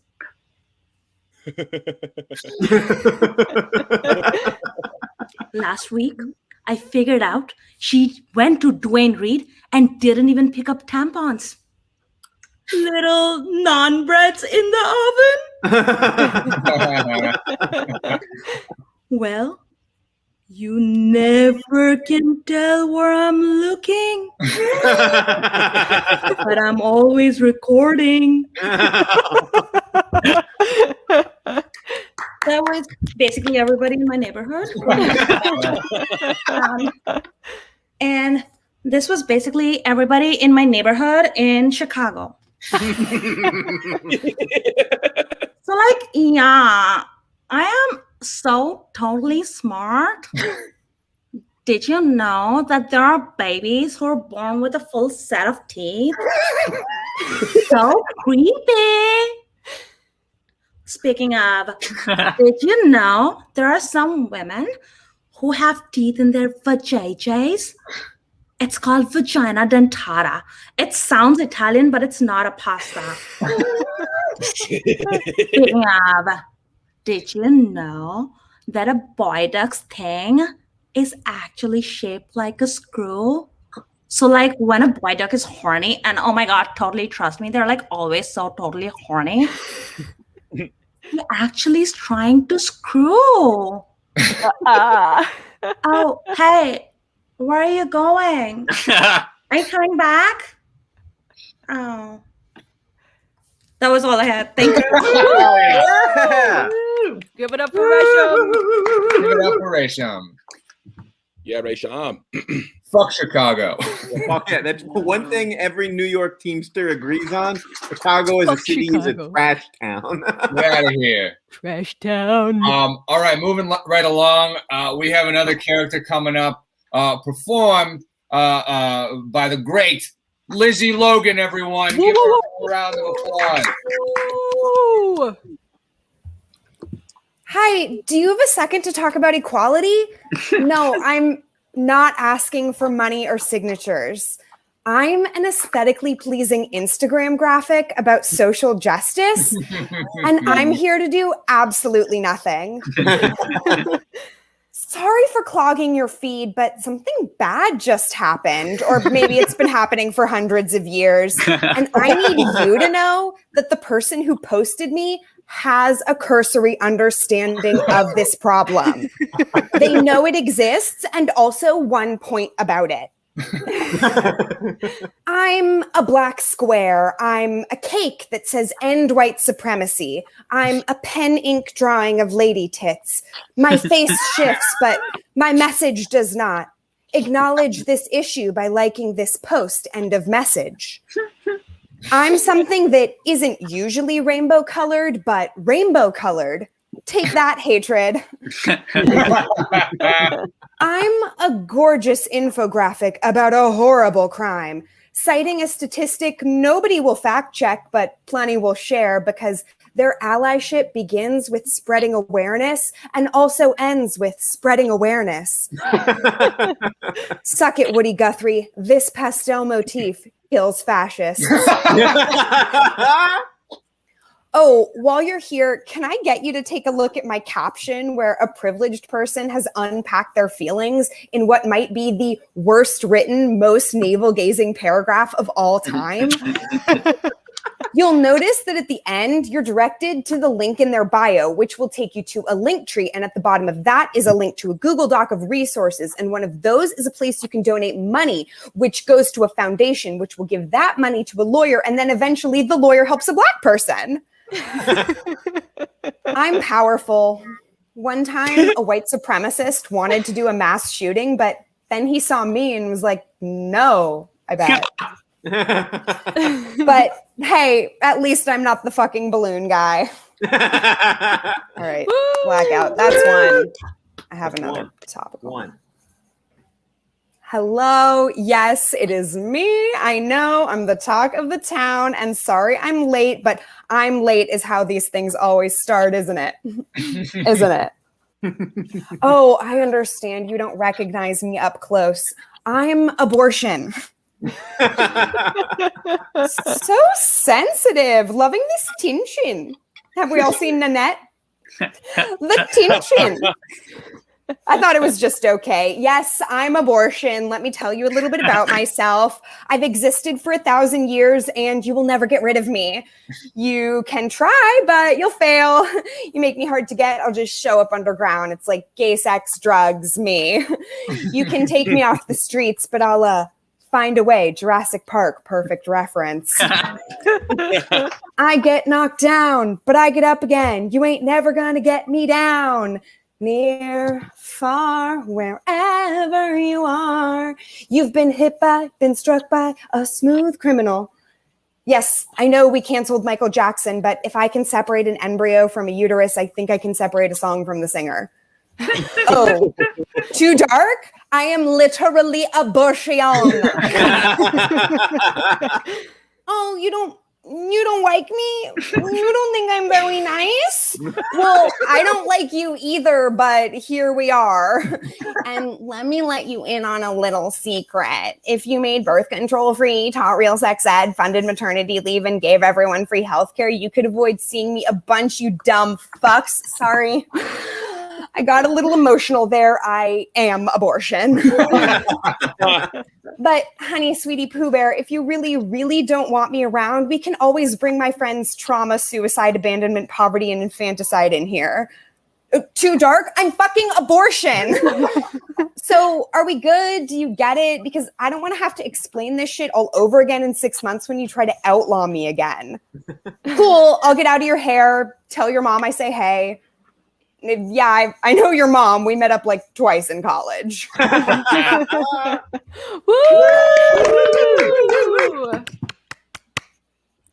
Yeah. Thank you, So good. Lizzie. So Lizzie good. Logan, everyone. Give it up. Oh God, he's frozen again. My guy. My guy. My guy. This dude. The Should I be frustrating the thing is that oh. it does not appear to me that I am frozen, so all I have are your reaction. We hear from the chat. The chat believes Graham is crumbling right now. No. I'm the man I always was, and the next character will be performed by Local 603 co-president Bill Schaefer. Woo! Hello. This little character is entitled, this is the overconfident henchman. All right.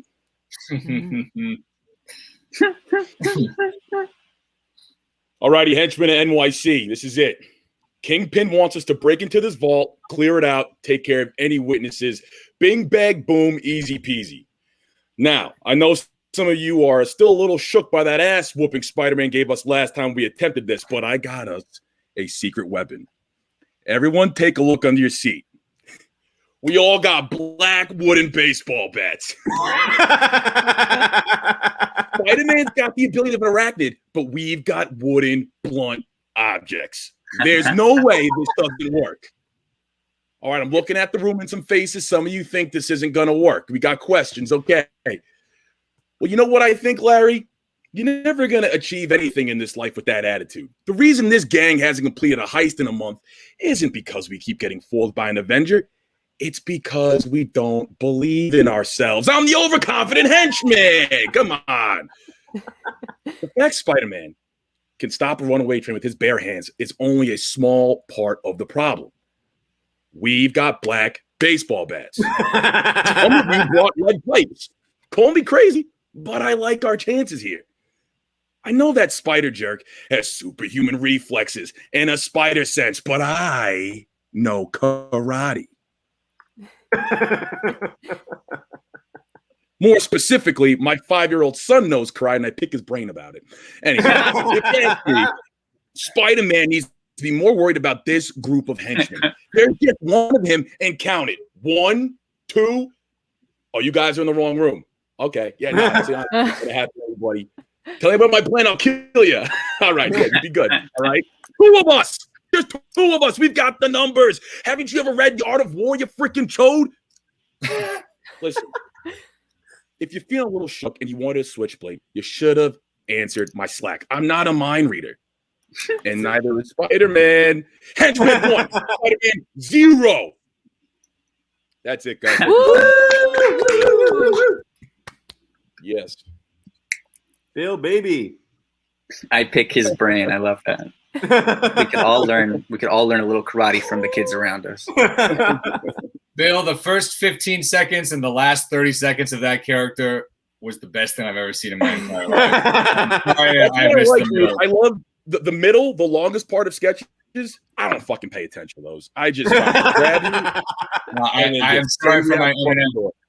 I'm sorry that my internet issues prevented me from seeing the rest, but hopefully we're okay now. Anyway, Danny, are you good? You're I'll do something really silly. Great. So now, please welcome to the stage, Local 603, member of some kind that we have yet to nail down, Danny Lempert, everyone. Woo! Come on up, Danny. Okay, so this is a a character I wrote years ago that Eric Fuhrer always liked and I've never performed. Okay, let's see. I'm sitting in the dark and the lights flick on. Well, well, well, look who's home. Now, last time I checked, Jason, your curfew was 12:30, and it's currently 1:35 a.m. in the morning. Don't check your watch. You can take Mommy's word for it. Mommy always knows. You fell right into my trap. Huh? Hal was driving you back and his car got a flat? Interesting. I guess that's a reasonable excuse, except that I know you took an Uber back. Whose bank account is that debit card attached to? I also spoke with Hal's mother and he made his curfew. Mm-hmm. Us mommies talk. You're like a little fly caught in my spider web. Mommy always knows. Ding! That was supposed to happen right when you walked in, but I was close. Smells like your favorite apple pie? You can have some, but first you have to say, Mommy knows best.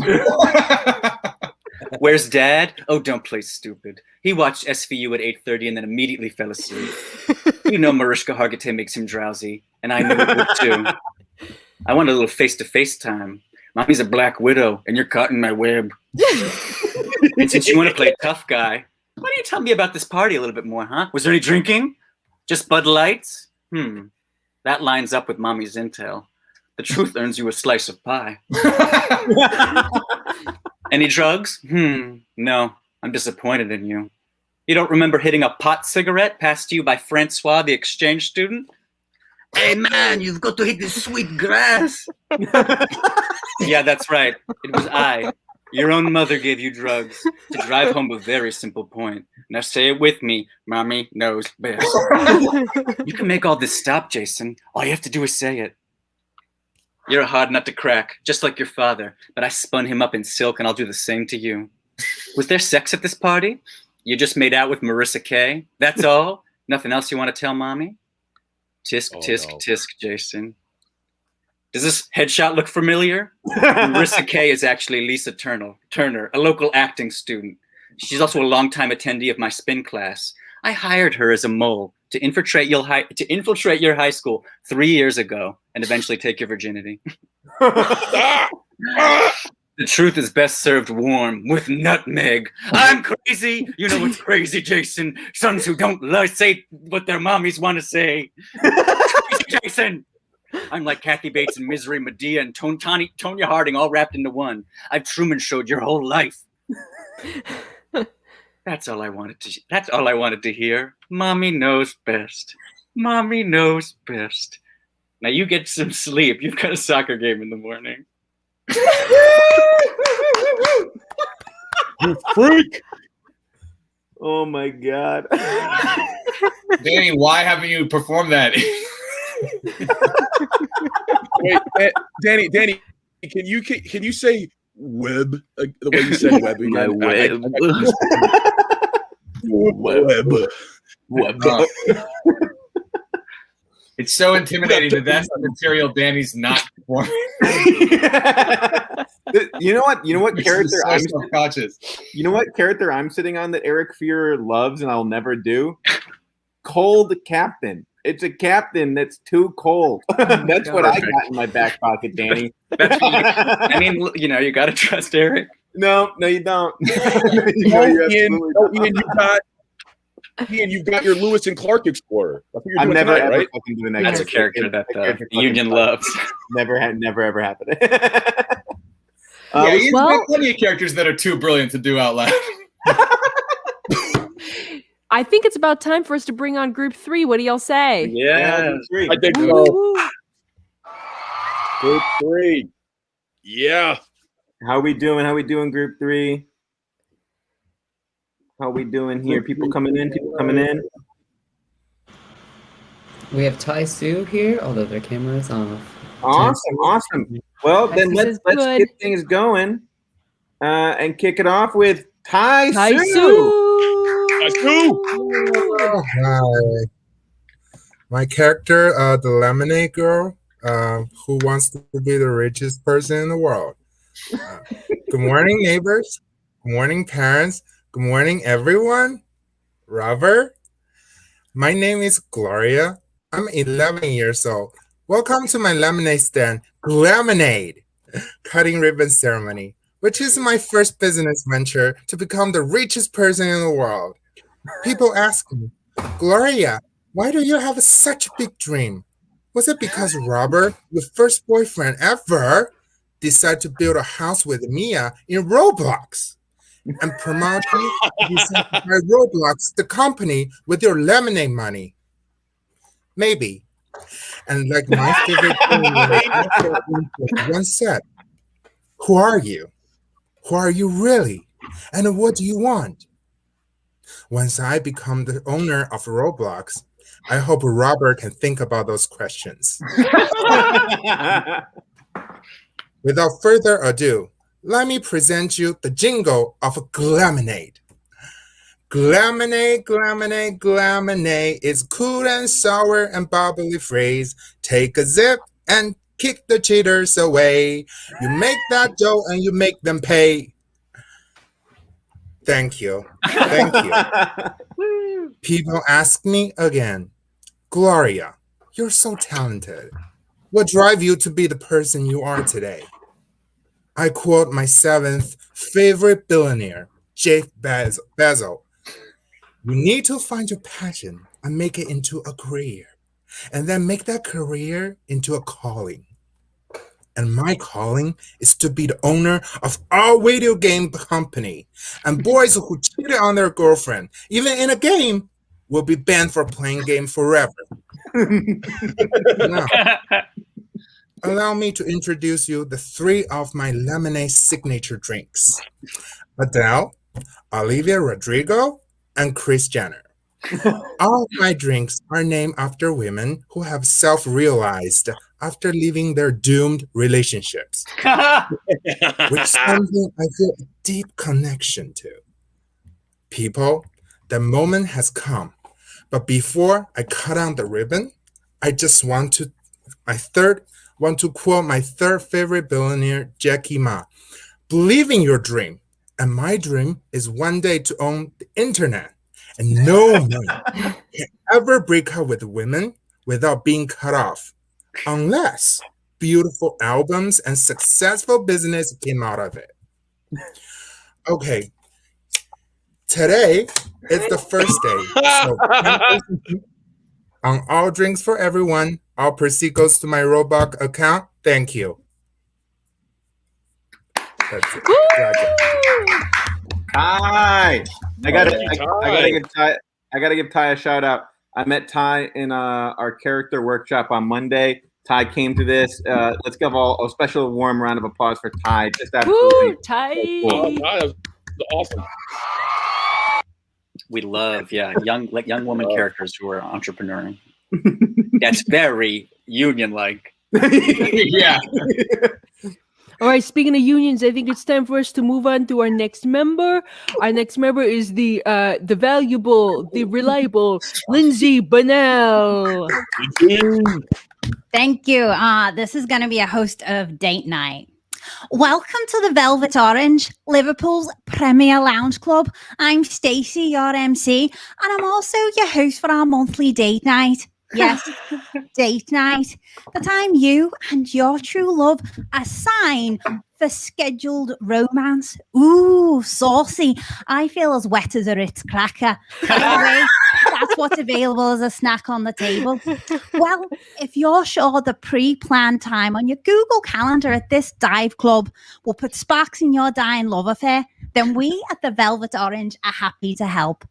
By happy, I mean we're present and we will functionally do our jobs.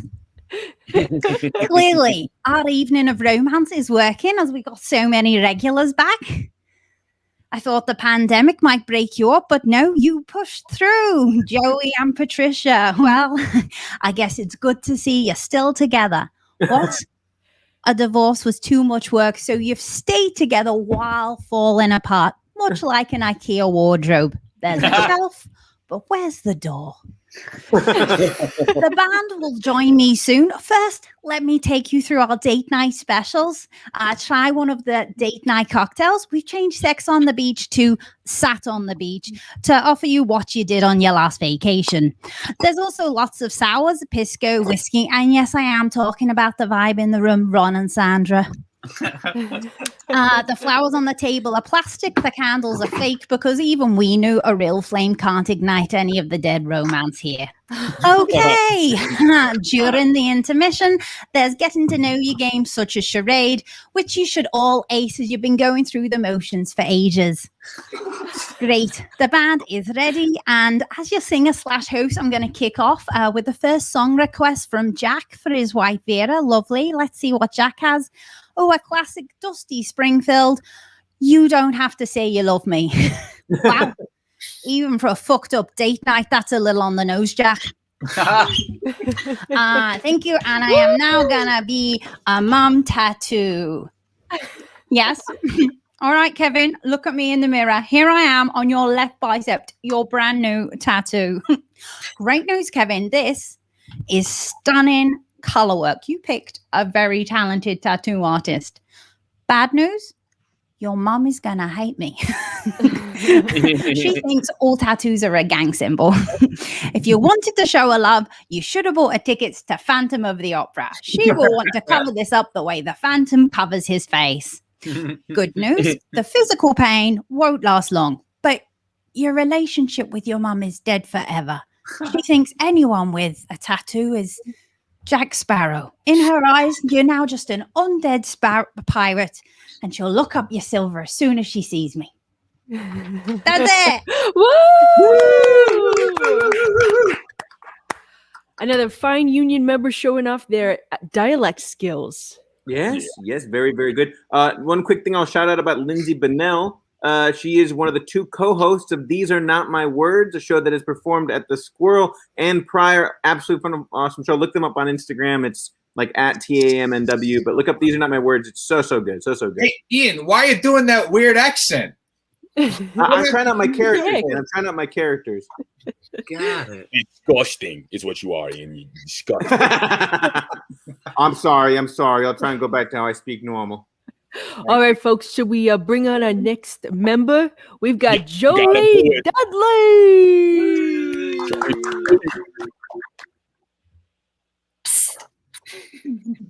Hey, I'm talking to you. Yes, me, the girl on the teeth whitening poster that's hanging up in your dentist office. I can finally get a word in or two when that quack leaves to go get another tool or something. And let me tell you, I live for these moments because keeping this fake ass smile is so crushing. Wow, it's been such a long time. I haven't seen you in here in a while. It's been like a year, 2 years. Oh, that's not good. You're supposed to come every 6 months. But you look good. That's an interesting shirt choice, too. You know, that's what I've always loved about you. You'll wear anything. You don't care what people have to say about you, and I just love that confidence. Yes, that's great for you. Things have actually been really great for me lately, too. Colgate just put one of my new posters in their Miami dentist location. So I spent a few weeks in South Beach with my Crest bitches. And let me tell you, the laughing gas they have down there is strong, honey. I woke up one morning with fluoride in every crevice of my body. Talk about minty fresh. My teeth must not have been the only thing grinding that night, if you catch my drift. You know, I couldn't help but notice by your chart and your very empty left ring finger that you're still single. Oh, sweetie, that must be so tough. I can't imagine being your age and still not having someone to settle down and share life with. Aw, that's probably so lonely. Bad dental hygiene and a bad dating life? Damn. Mercury stays in retrograde for you, girl. I mean, not to brag or anything, but I am currently juggling a few men at the moment. You see that hottie over there on the gum disease poster? Oh. Don't judge. It affects over 3 million Americans a year. And looking at your plaque-infested overbite, I don't think you're really in much of a position to say anything about him. Besides, I just Pretty Woman that shit anyways, and I don't kiss him on the mouth. His gums may be fucked up, but he's still got a rock hard enamel, if you will. Oh, and that man over there too. Do you see him standing with his wife in the dentures ad? Oh, yes, that's Silver Fox. They're just standing there smiling happily like they're still in love. And like George doesn't mail me $1,000 a week for teeth pictures. Newsflash, Margaret. While you stand there proudly modeling your Max Hold Fixodent, I'll be proudly enjoying this money from my Fixo dick, okay? Ooh, you have to get drilling done today, girl. That shit will hurt. You know, maybe if someone came to their regularly scheduled cleanings like they're supposed to, Excuse me? Nobody tells me to shut the fuck up. Do you know who I am? Look here, you gap tooth bitch. I'm the girl in the teeth whitening poster, the face of perfect oral hygiene and a perfect life. Every time you slowly get lowered back in that beige chair, have an overhead projector light from the 90s shown directly into your fucking eyes, and are forced to try and make small talk with a middle-aged hygienist who is shoving metal tools in your mouth, I'm over here living my best life. Oh, you're leaving now? Why, you can't handle a little banter? Fine, go. But you can't escape me. Bitch, I'm everywhere. Magazines, sides of buses, subway ads, TV commercials, Instagram ads, even in the imagination of your Tinder match while they're fucking you. I'm in their brain. Watching, judging, smiling. Oh, and by the way, there's a sale on teeth whitening if you're interested. Woo! Yeah, hell yeah. I feel so victimized. Yeah.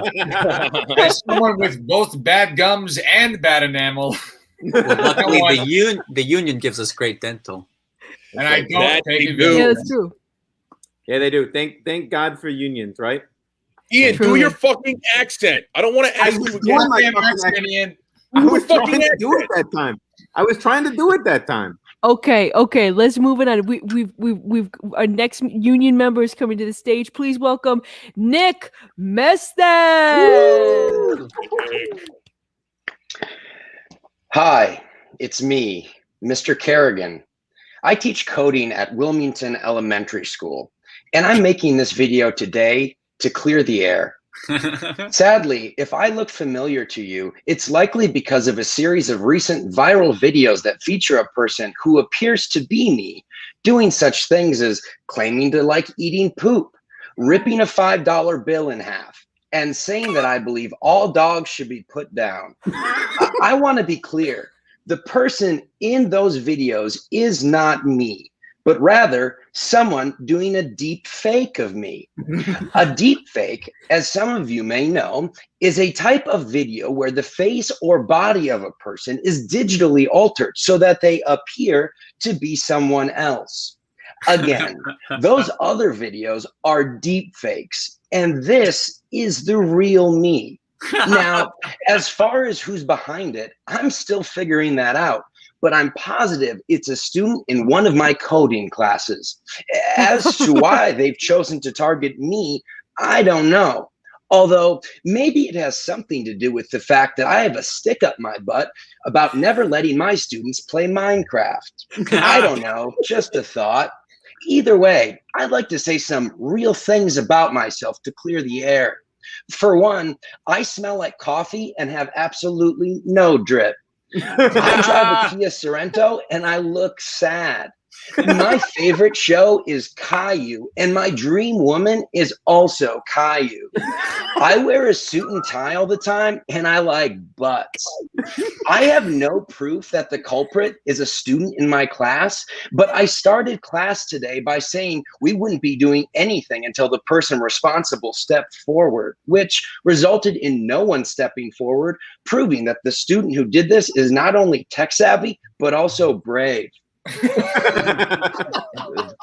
My phone number is 723-908-6778, and it would mean the world to me if you texted me pictures of dog poop. The wallpaper on my MacBook is a picture of like a fish market for some reason. Just because Minecraft is fun doesn't mean it's not educational. Hello? The earth is flat? Yeah, I already believe that. In class today, I threatened to sue whoever was making the videos, even though deepfakes are such a new technology that the punitive laws around them are still being worked out. So there isn't really any clear consequences. Damn, hell, frick. One of my favorite hobbies is introducing invasive species and watching it absolutely decimate a local habitat. I have a micro wiener. I ended class today by saying I would be emailing all the parents, making them aware that someone in class was making these deepfakes.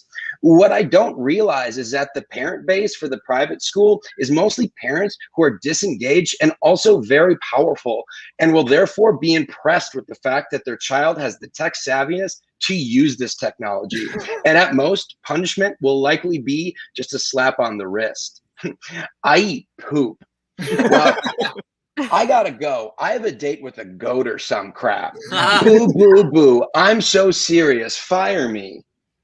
Thank you very much.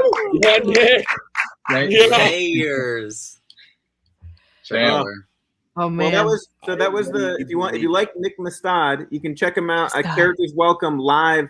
Mestad, is that right? Sunday at Squirrel. Yeah, to reiterate what he said, Nick's going to be on Characters Welcome on Sunday, so see him there. Oh yeah. Okay. Yeah. I think it's time for us to move on to our next union member. Please welcome to the stage, Max Wolfson. Woo!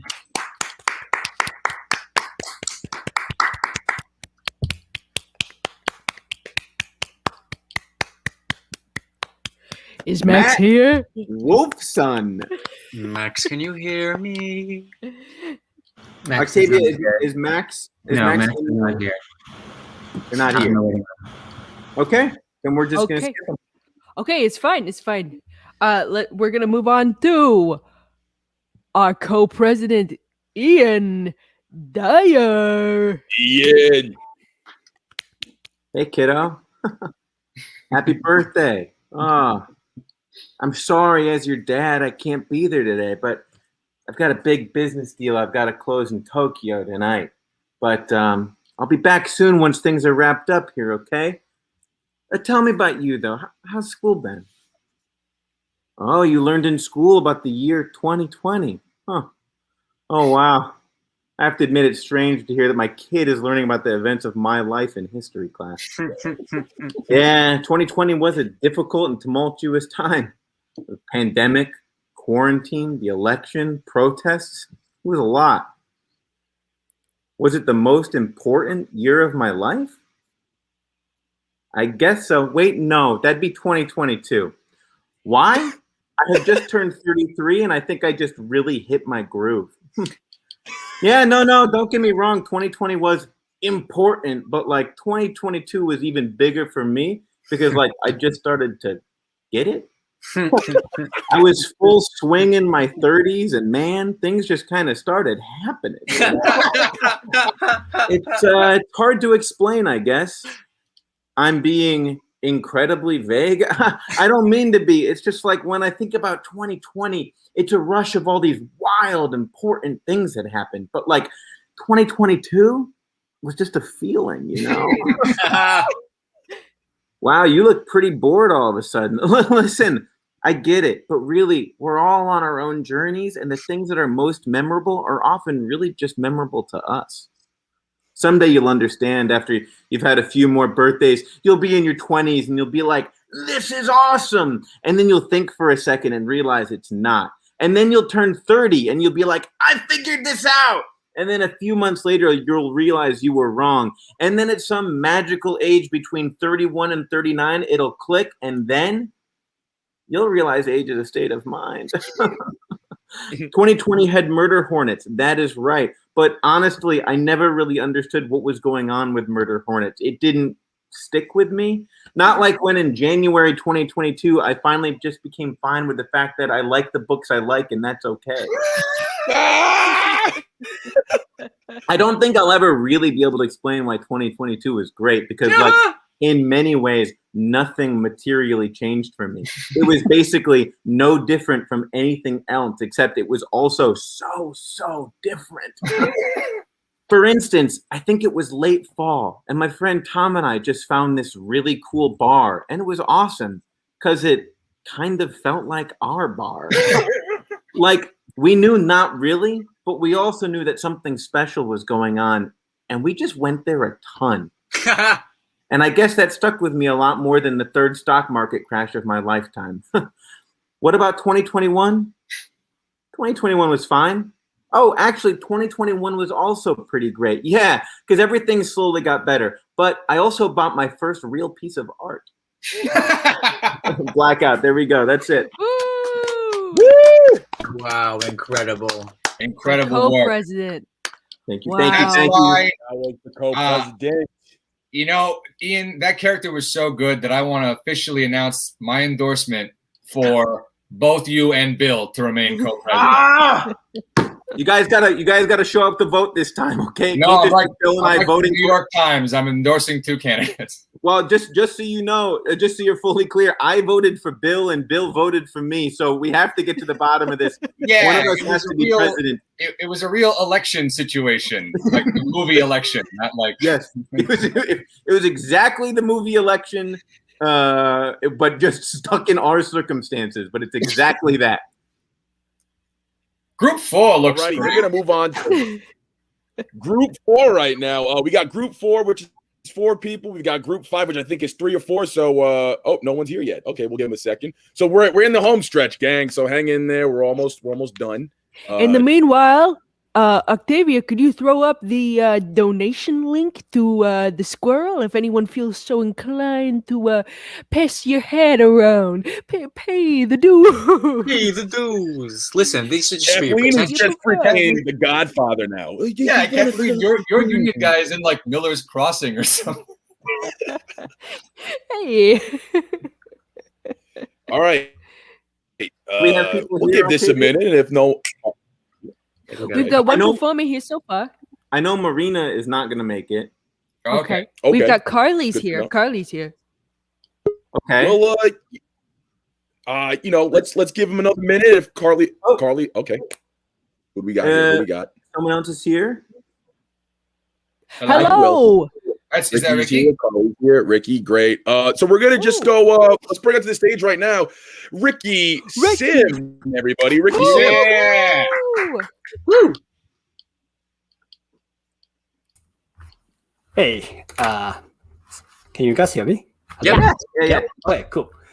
All right, so this is a character, project manager in therapy. It's 6 p.m. sharp. I think we should begin our therapy. Okay, therapist, it's been 2 weeks since I started seeing you, and I'm still not completely clear. I'm a bit of concern with the direction we're taking here. Tell me, what is your timeline? You don't have a timeline. And therapy is about as much of the work as I put in. Is that just a therapist's code of saying I have no plan? Telling a project manager that you have no plan is not good. All right. I need a plan. Project manager always need a plan. And that plan better have month, date, and year. But I knew you would say that, so I did put together a 3-month plan here. So let's go over that. You can put a pin to the question you have. I'm conscious that we only have 45 minutes, and today I'll be the one who say I think it's time. All right. Okay. So month 1, I want you to unearth and fix all of my childhood trauma. All right. Based on the industry standard, 1 month is more than enough to do that. All right. If you need more, file a request. Yeah, all of my trauma. Even the time when my dad gave my brother all the cool Happy Meals, Batman toys, and I only got a Hamburglar. And you know what he said? He told me they all the same because they all wear black masks. And that's probably why I keep dating the same man, putting on the fake facade over and over and over again. That sounds like a formative moment, but let's not waste time today. We can talk about it on next session. All right. All right. So month 2 is important. I need you to make me cry. Right? I want to start off with a little tears, but full of emotions. Think of Miranda Priestley from Devil Wears Prada. That moment she found out she's getting divorced. You got that? No more, no less. It has to be the exact precision of emotion. If I start shedding tears too soon, you did it wrong. And we'll have to go through the plan all over again. All right.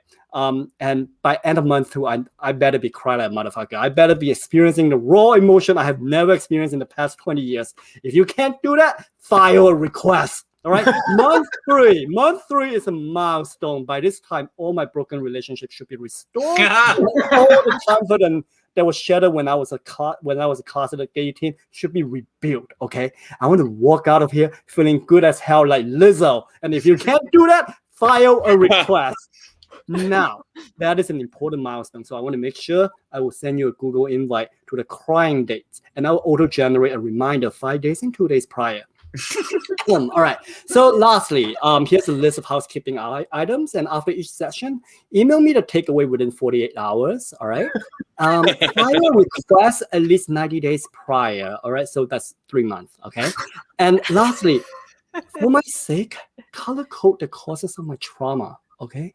Turquoise is from my dad. Indigo is from my mom. Ruby is from the heteronormative of society oppression, and amber from Grindr. Okay. What do you think? Does this plan sound reasonable? Oh, you think I have a horrible, horrible control issue? I don't see how we can fit that into the timeline here. So unless you're gonna scale this.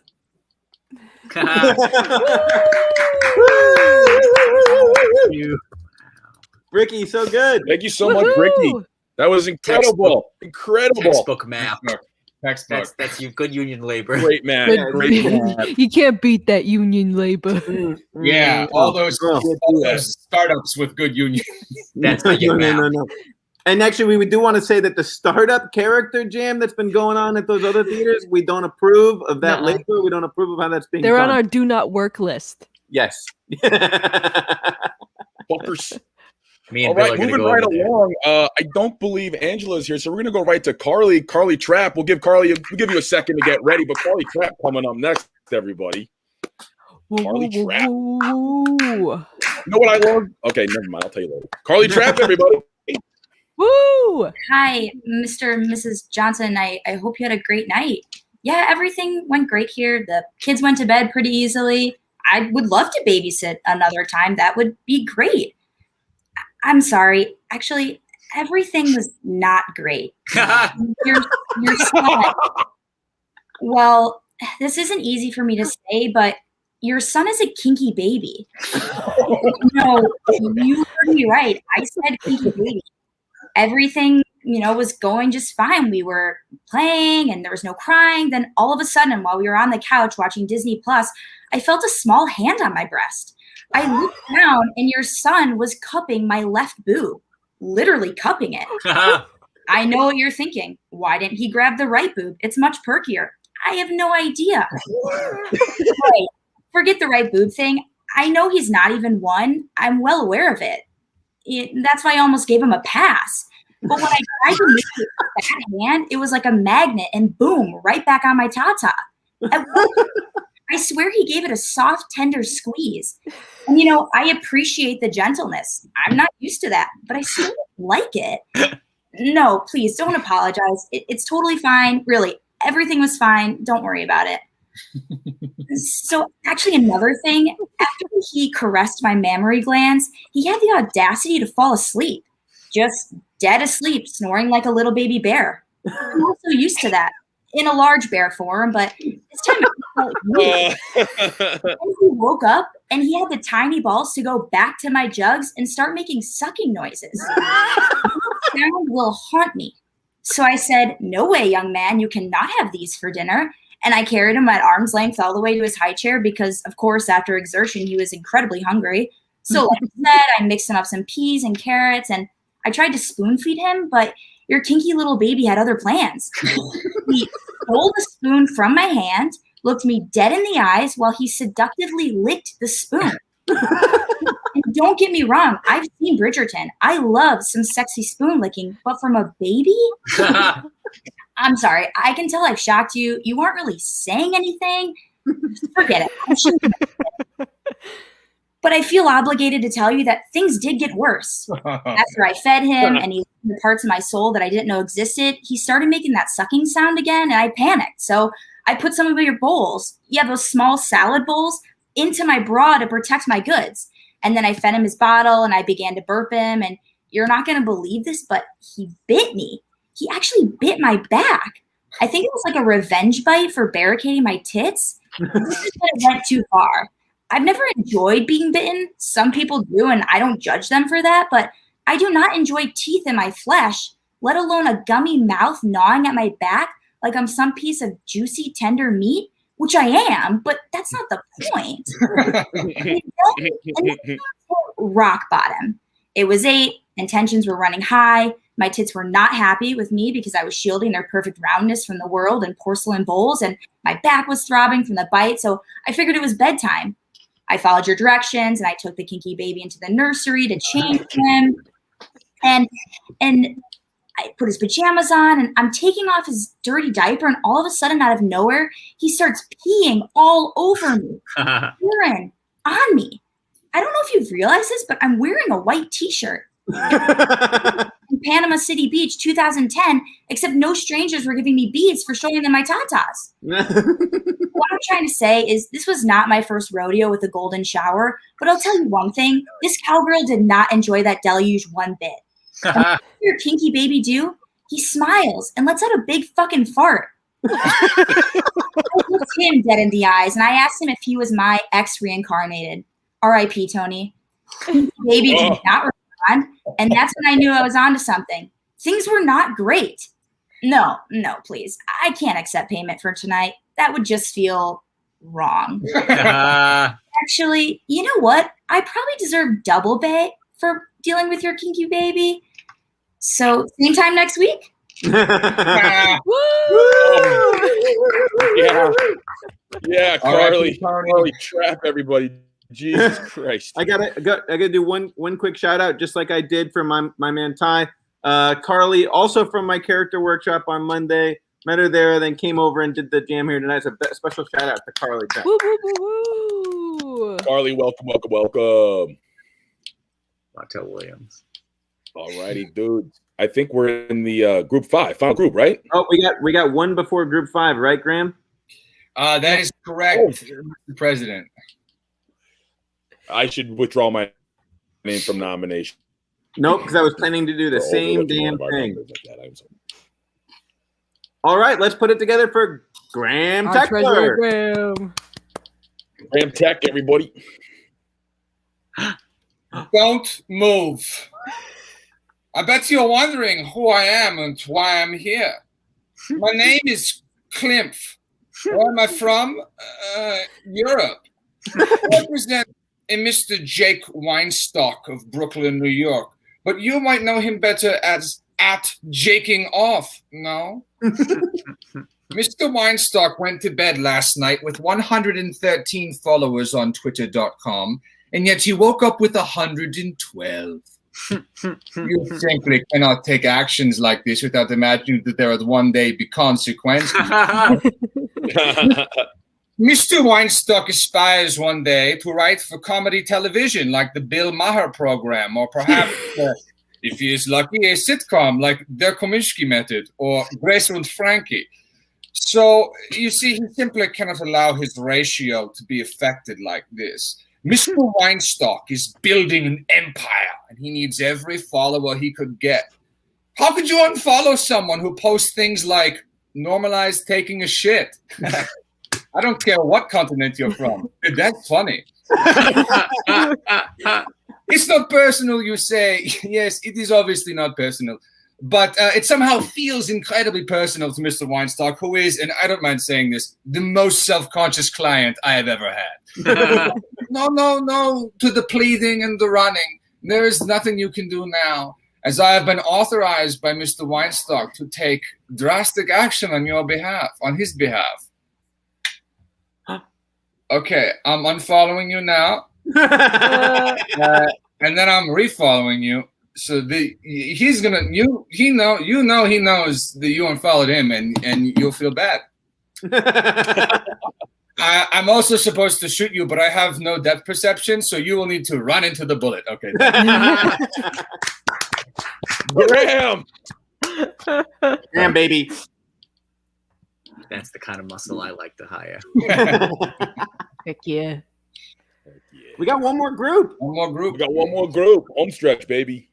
Home stretch. Thank you so much to all the characters. People have come up. We got one more group. It's going to be awesome. Real quick, some shout outs before we hit this group. Sign up for classes at the Squirrel Theater. They're the best. Go check out Shrek Jam if you want to do other jams at this theater. They have an improv jam every single Wednesday of the month. It's typically just the first Wednesday of the month, but every single Wednesday this month, Shrek is going to be hosting an improv jam. Check that out on the website. Tip your performers or donate to the theater, either one. And you can feel free to come to live shows. Finally come to live shows starting this weekend at Squirrel. They're so good. They're so good.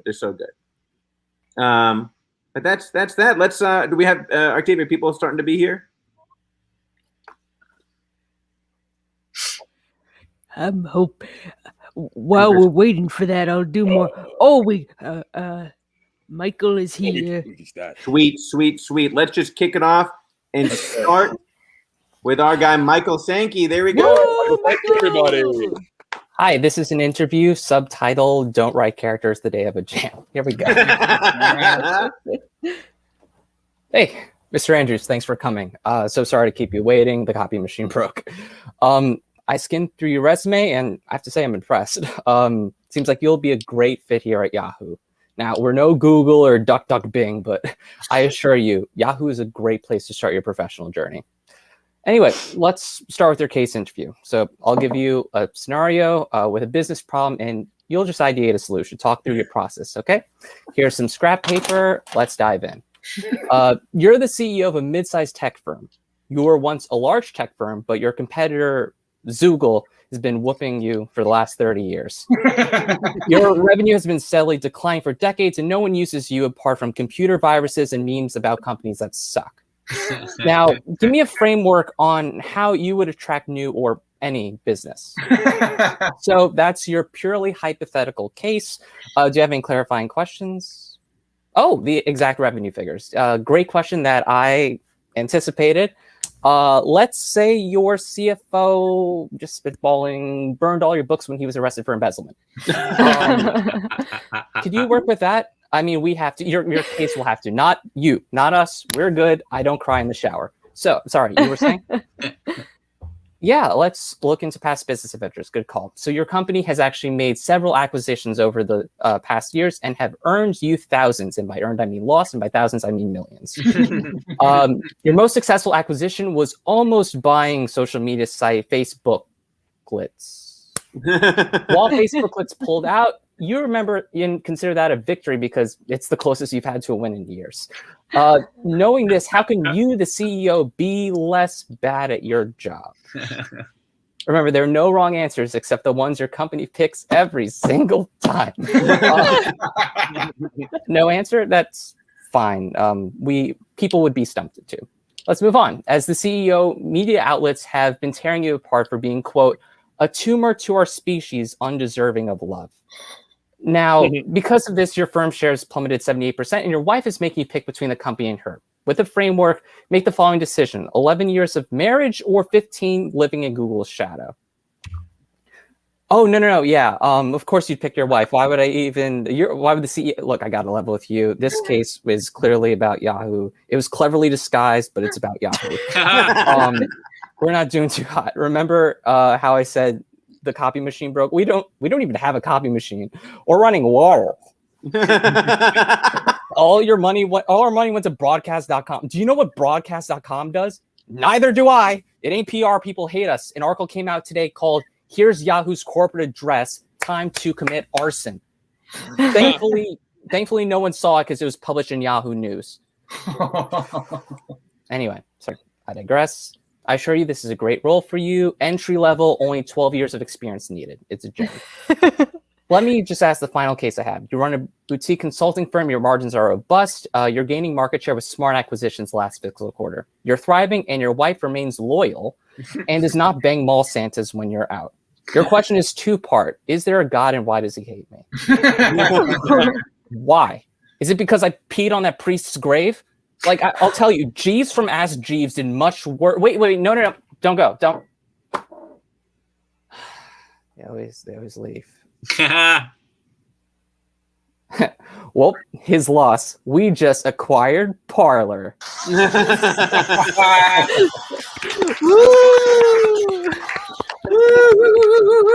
Oh yeah! Give it up for Michael. Thank you, Michael. Give it up for Michael. Thank you. We love that. Yes, we do. Yes, we do. Yeah, we do. I think we got our next. Yep. We've got Short. Okay.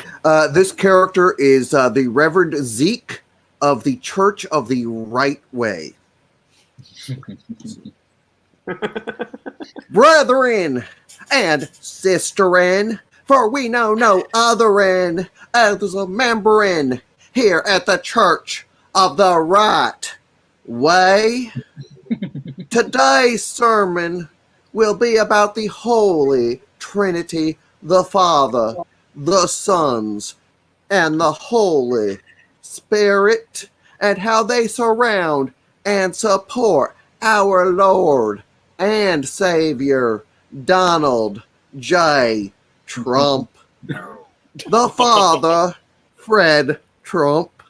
The Sons, Don Jr., and sometimes Eric. And the holiest of Holy Spirits, Ivanka, form a network bolstering our Lord. Not that he needs it, for Donald J. Trump is perfect.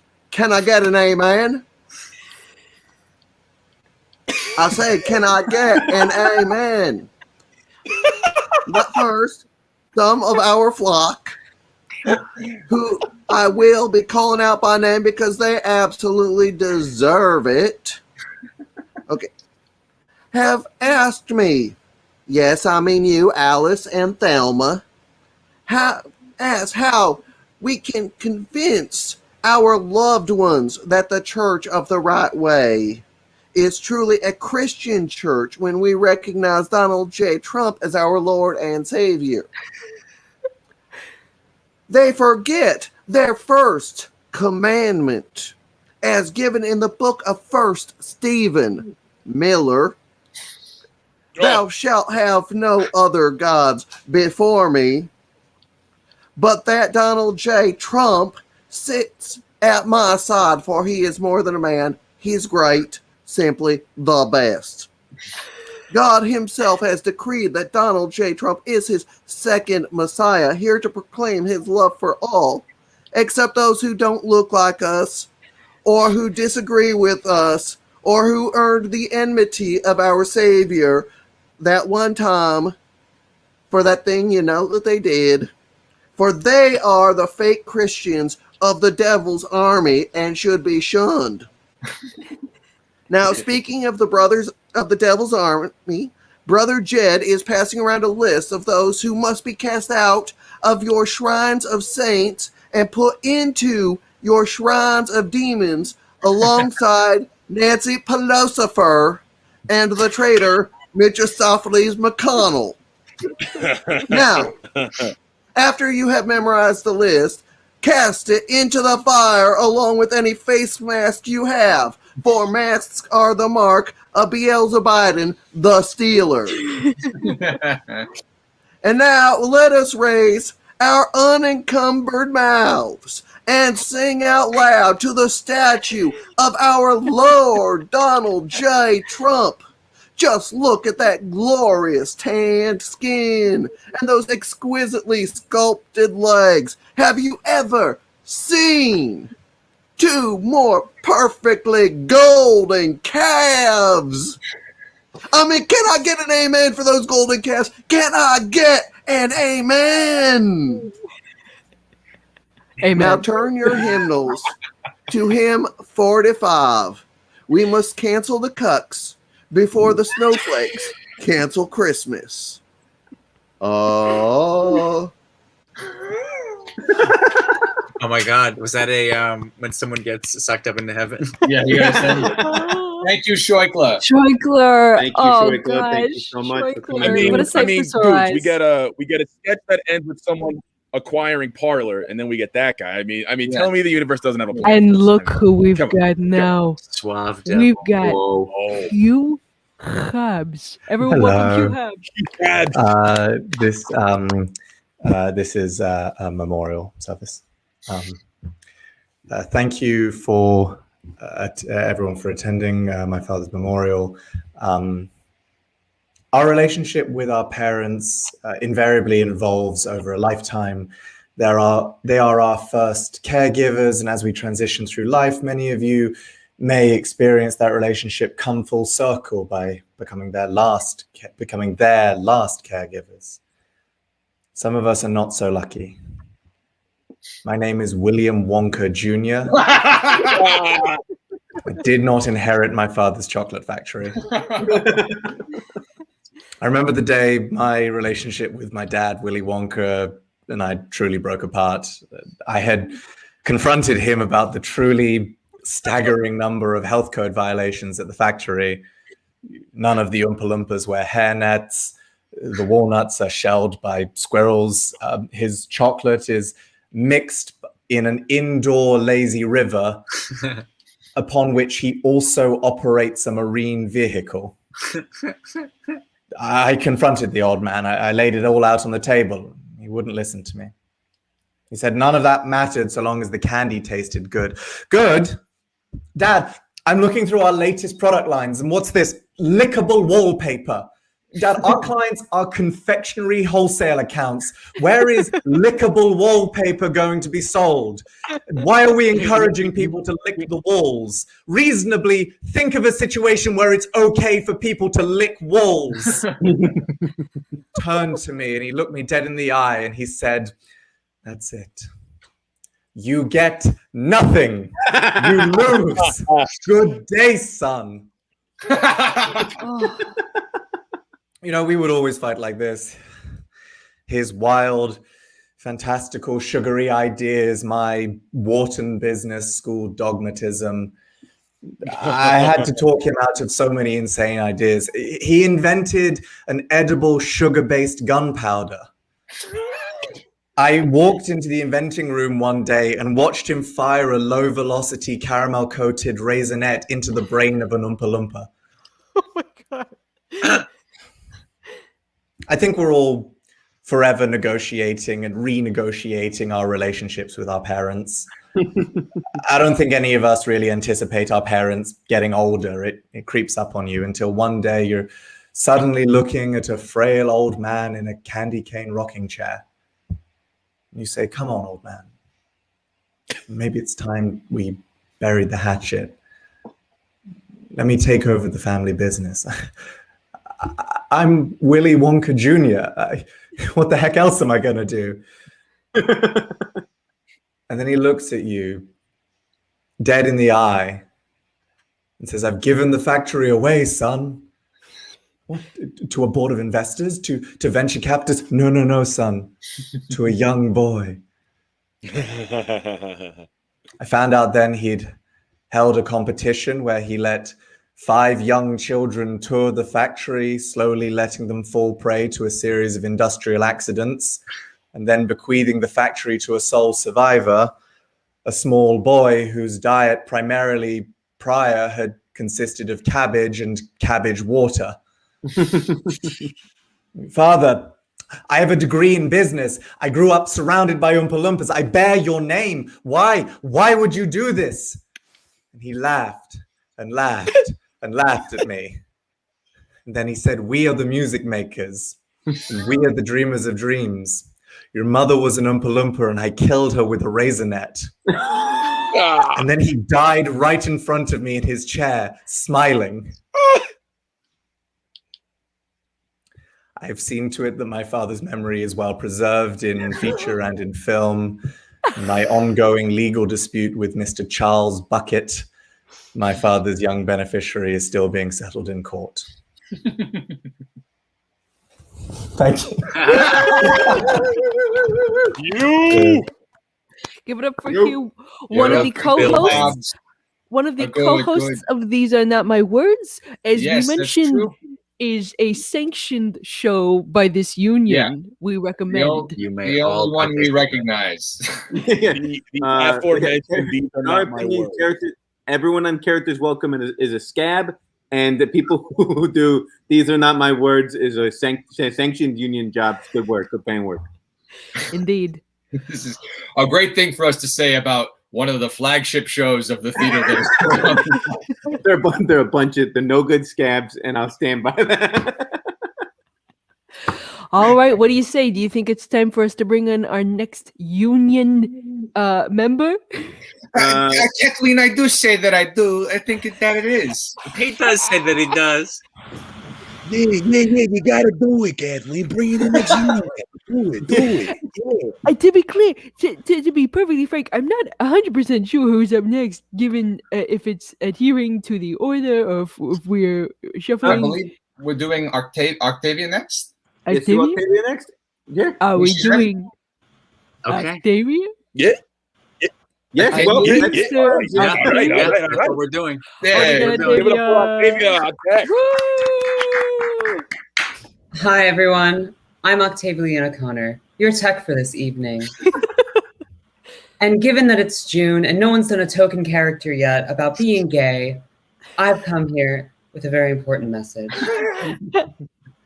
You see, this June, this Pride Month, a very unpopular opinion doesn't get enough credit. Me, personally, myself, I hate fat.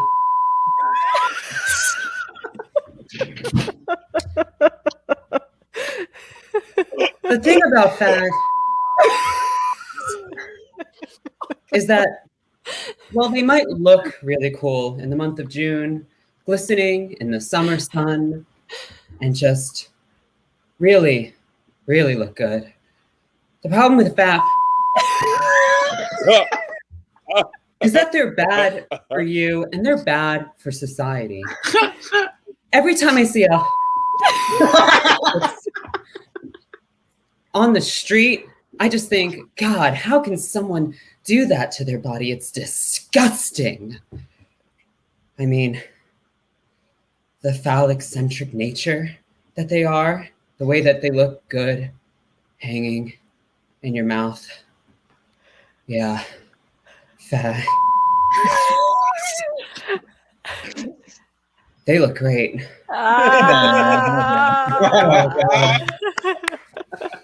Oh, it sometimes feels good just to put a fat right in your mouth.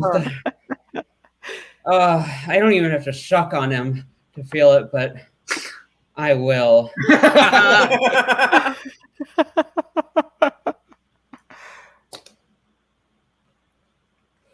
Goes down good, just like a good. If you're wondering why I call these fat and not cigarettes, it's not because I'm British. It's because it's funny. And I hate gay people. Wow. Oh my God. Maybe to see, you know, our wonderful tech do a tech utilizing character. I mean, now you're kind of locked into that moving forward, just so you know. We'll expect nothing less. You guys are impressed by that, but not by the fact I can light a match with one hand. I know that was incredible. That's true. That was very cool. I also love taking advantage in a live stream what you cannot do on stage, which is light a match. Real cigarette. I love that. That was so good. Oh my god. So Thank you funny. so much, Axel. That was fucking killer. And yeah, just do a round of applause and some shout outs for Octavia just for being our tech tonight as well. Absolutely incredible. Thank you so much. Woo! We bring it home. We're gonna bring it home. We got one more character for you tonight, everybody. We're so last character. Bring it home for us, please. Make some noise for Lauren. Yeah. Hello. My maiden name is Diana Spencer, but you could call me Lady Di. Yes, the one. Now, I swear this is 100% true. At the car accident, I fell into a cryogenic pod, woke up 2 weeks ago, and said, oh, I so miss taking photos with society's rejects. So in today's world, where do they congregate? And without hesitation, the Long Island medium said, a Zoom character open mic. I know what you're thinking. Looking good for 60. Huh? It's a royal trick. The blood of children. That was a punchline. No? Too soon? Okay. Well, I know I look like a princess mixed with a duchess. No. An aristocrat mixed with a noblewoman. No.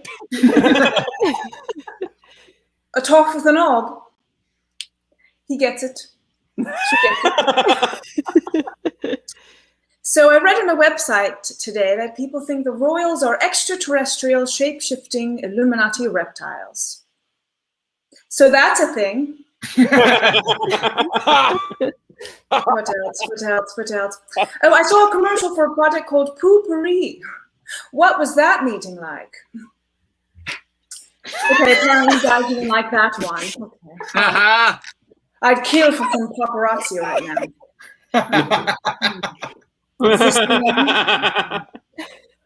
Well, rolling right along here, pun intended. She gets it. He gets it. The crowd work section. Okay, let's see. What's your name? Someone just respond. What's your name? Kathleen. Kathleen. I am Princess Diana. Okay, so that accident taught me a lesson. Oh, ladies, don't let your Uber driver do a rail on your titty before taking off. It was at my light or a warning flash at the end of the dark block tunnel. Okay, I'm going to get out of here on this. Here's my version of an Amy Schumer joke. My friend told me she was pregnant, and I said, I'll drive you into a pillar. Rodney Dangerfield. I don't get no respect. There's always trouble when the queen drives. Seinfeld, what's the deal with seatbelts? Am I right? Okay, I'll leave it right there. That's my time.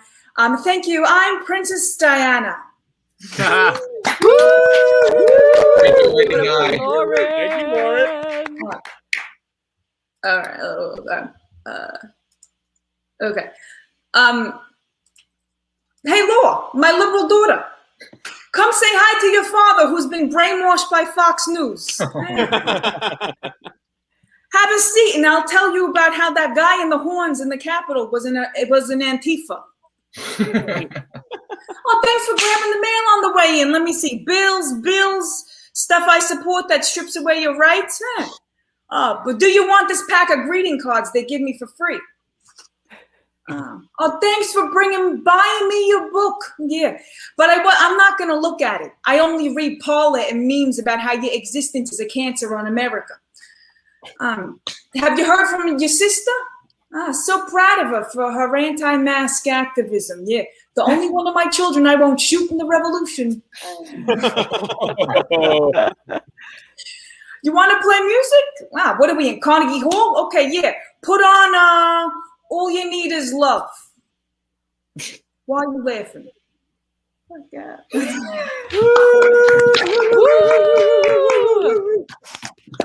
Give it up Thank for you, Lauren. Lauren. Give it up one more time for Lauren. All right, my friend. Union loves you. There we go. There we Union. go. Yeah. We got some Thank good you for union sound supporting the effects up in union. here. Lauren, you're a treasured member of the union. Yeah. Folks, that's that's the first one on the books. Wow. Put it down. It's the first one of the books. And just like any union, if you know your union rules, you know at the next union meeting, we will do a meeting notes of everything that happened at this meeting. It's going to be a quick 45 minutes. You know how we started with old business? We had none. Next one, we will have 2 hours worth. Yeah, 2 hours of character recaps, not performances. It's just going to be a straight one sentence of the game of each character. So We were taking the minutes. We were doing the minutes. We have it. Danny, I think that was my job. Oh yeah, he's the union. I forgot to take the minutes. Okay, But well, no, next I was time, gonna- surely. in all I guess seriousness, another hour. very, very big thank you to everyone who showed up. All of our Boy. strong, union strong, we're union strong, character union strong. We did over 30 characters on our very first show. That is a strong union with a strong future. So thank you for doing this. If you laughed, a character did it to you. That's my Jimmy Hoffa, but about this. All right. Way better. That's the show. Take classes at the Squirrel. Go see the Shrek Jam on Wednesdays. Live show starting this weekend. It's a scab show, but you can go to it anyway. The Characters Welcome is on Sunday. It's my favorite show full of scabs. Tip your performers, donate to the theater. We'll be back July 1st, same time. You can follow us at mallrat_characters. Our sign-up link is in the bio. You can start signing up right now. So put your name down if you want to do it. We're going to see you July 1st at 9:30. All right, y'all. Whoa. Have a Bye. union night. Have a union evening.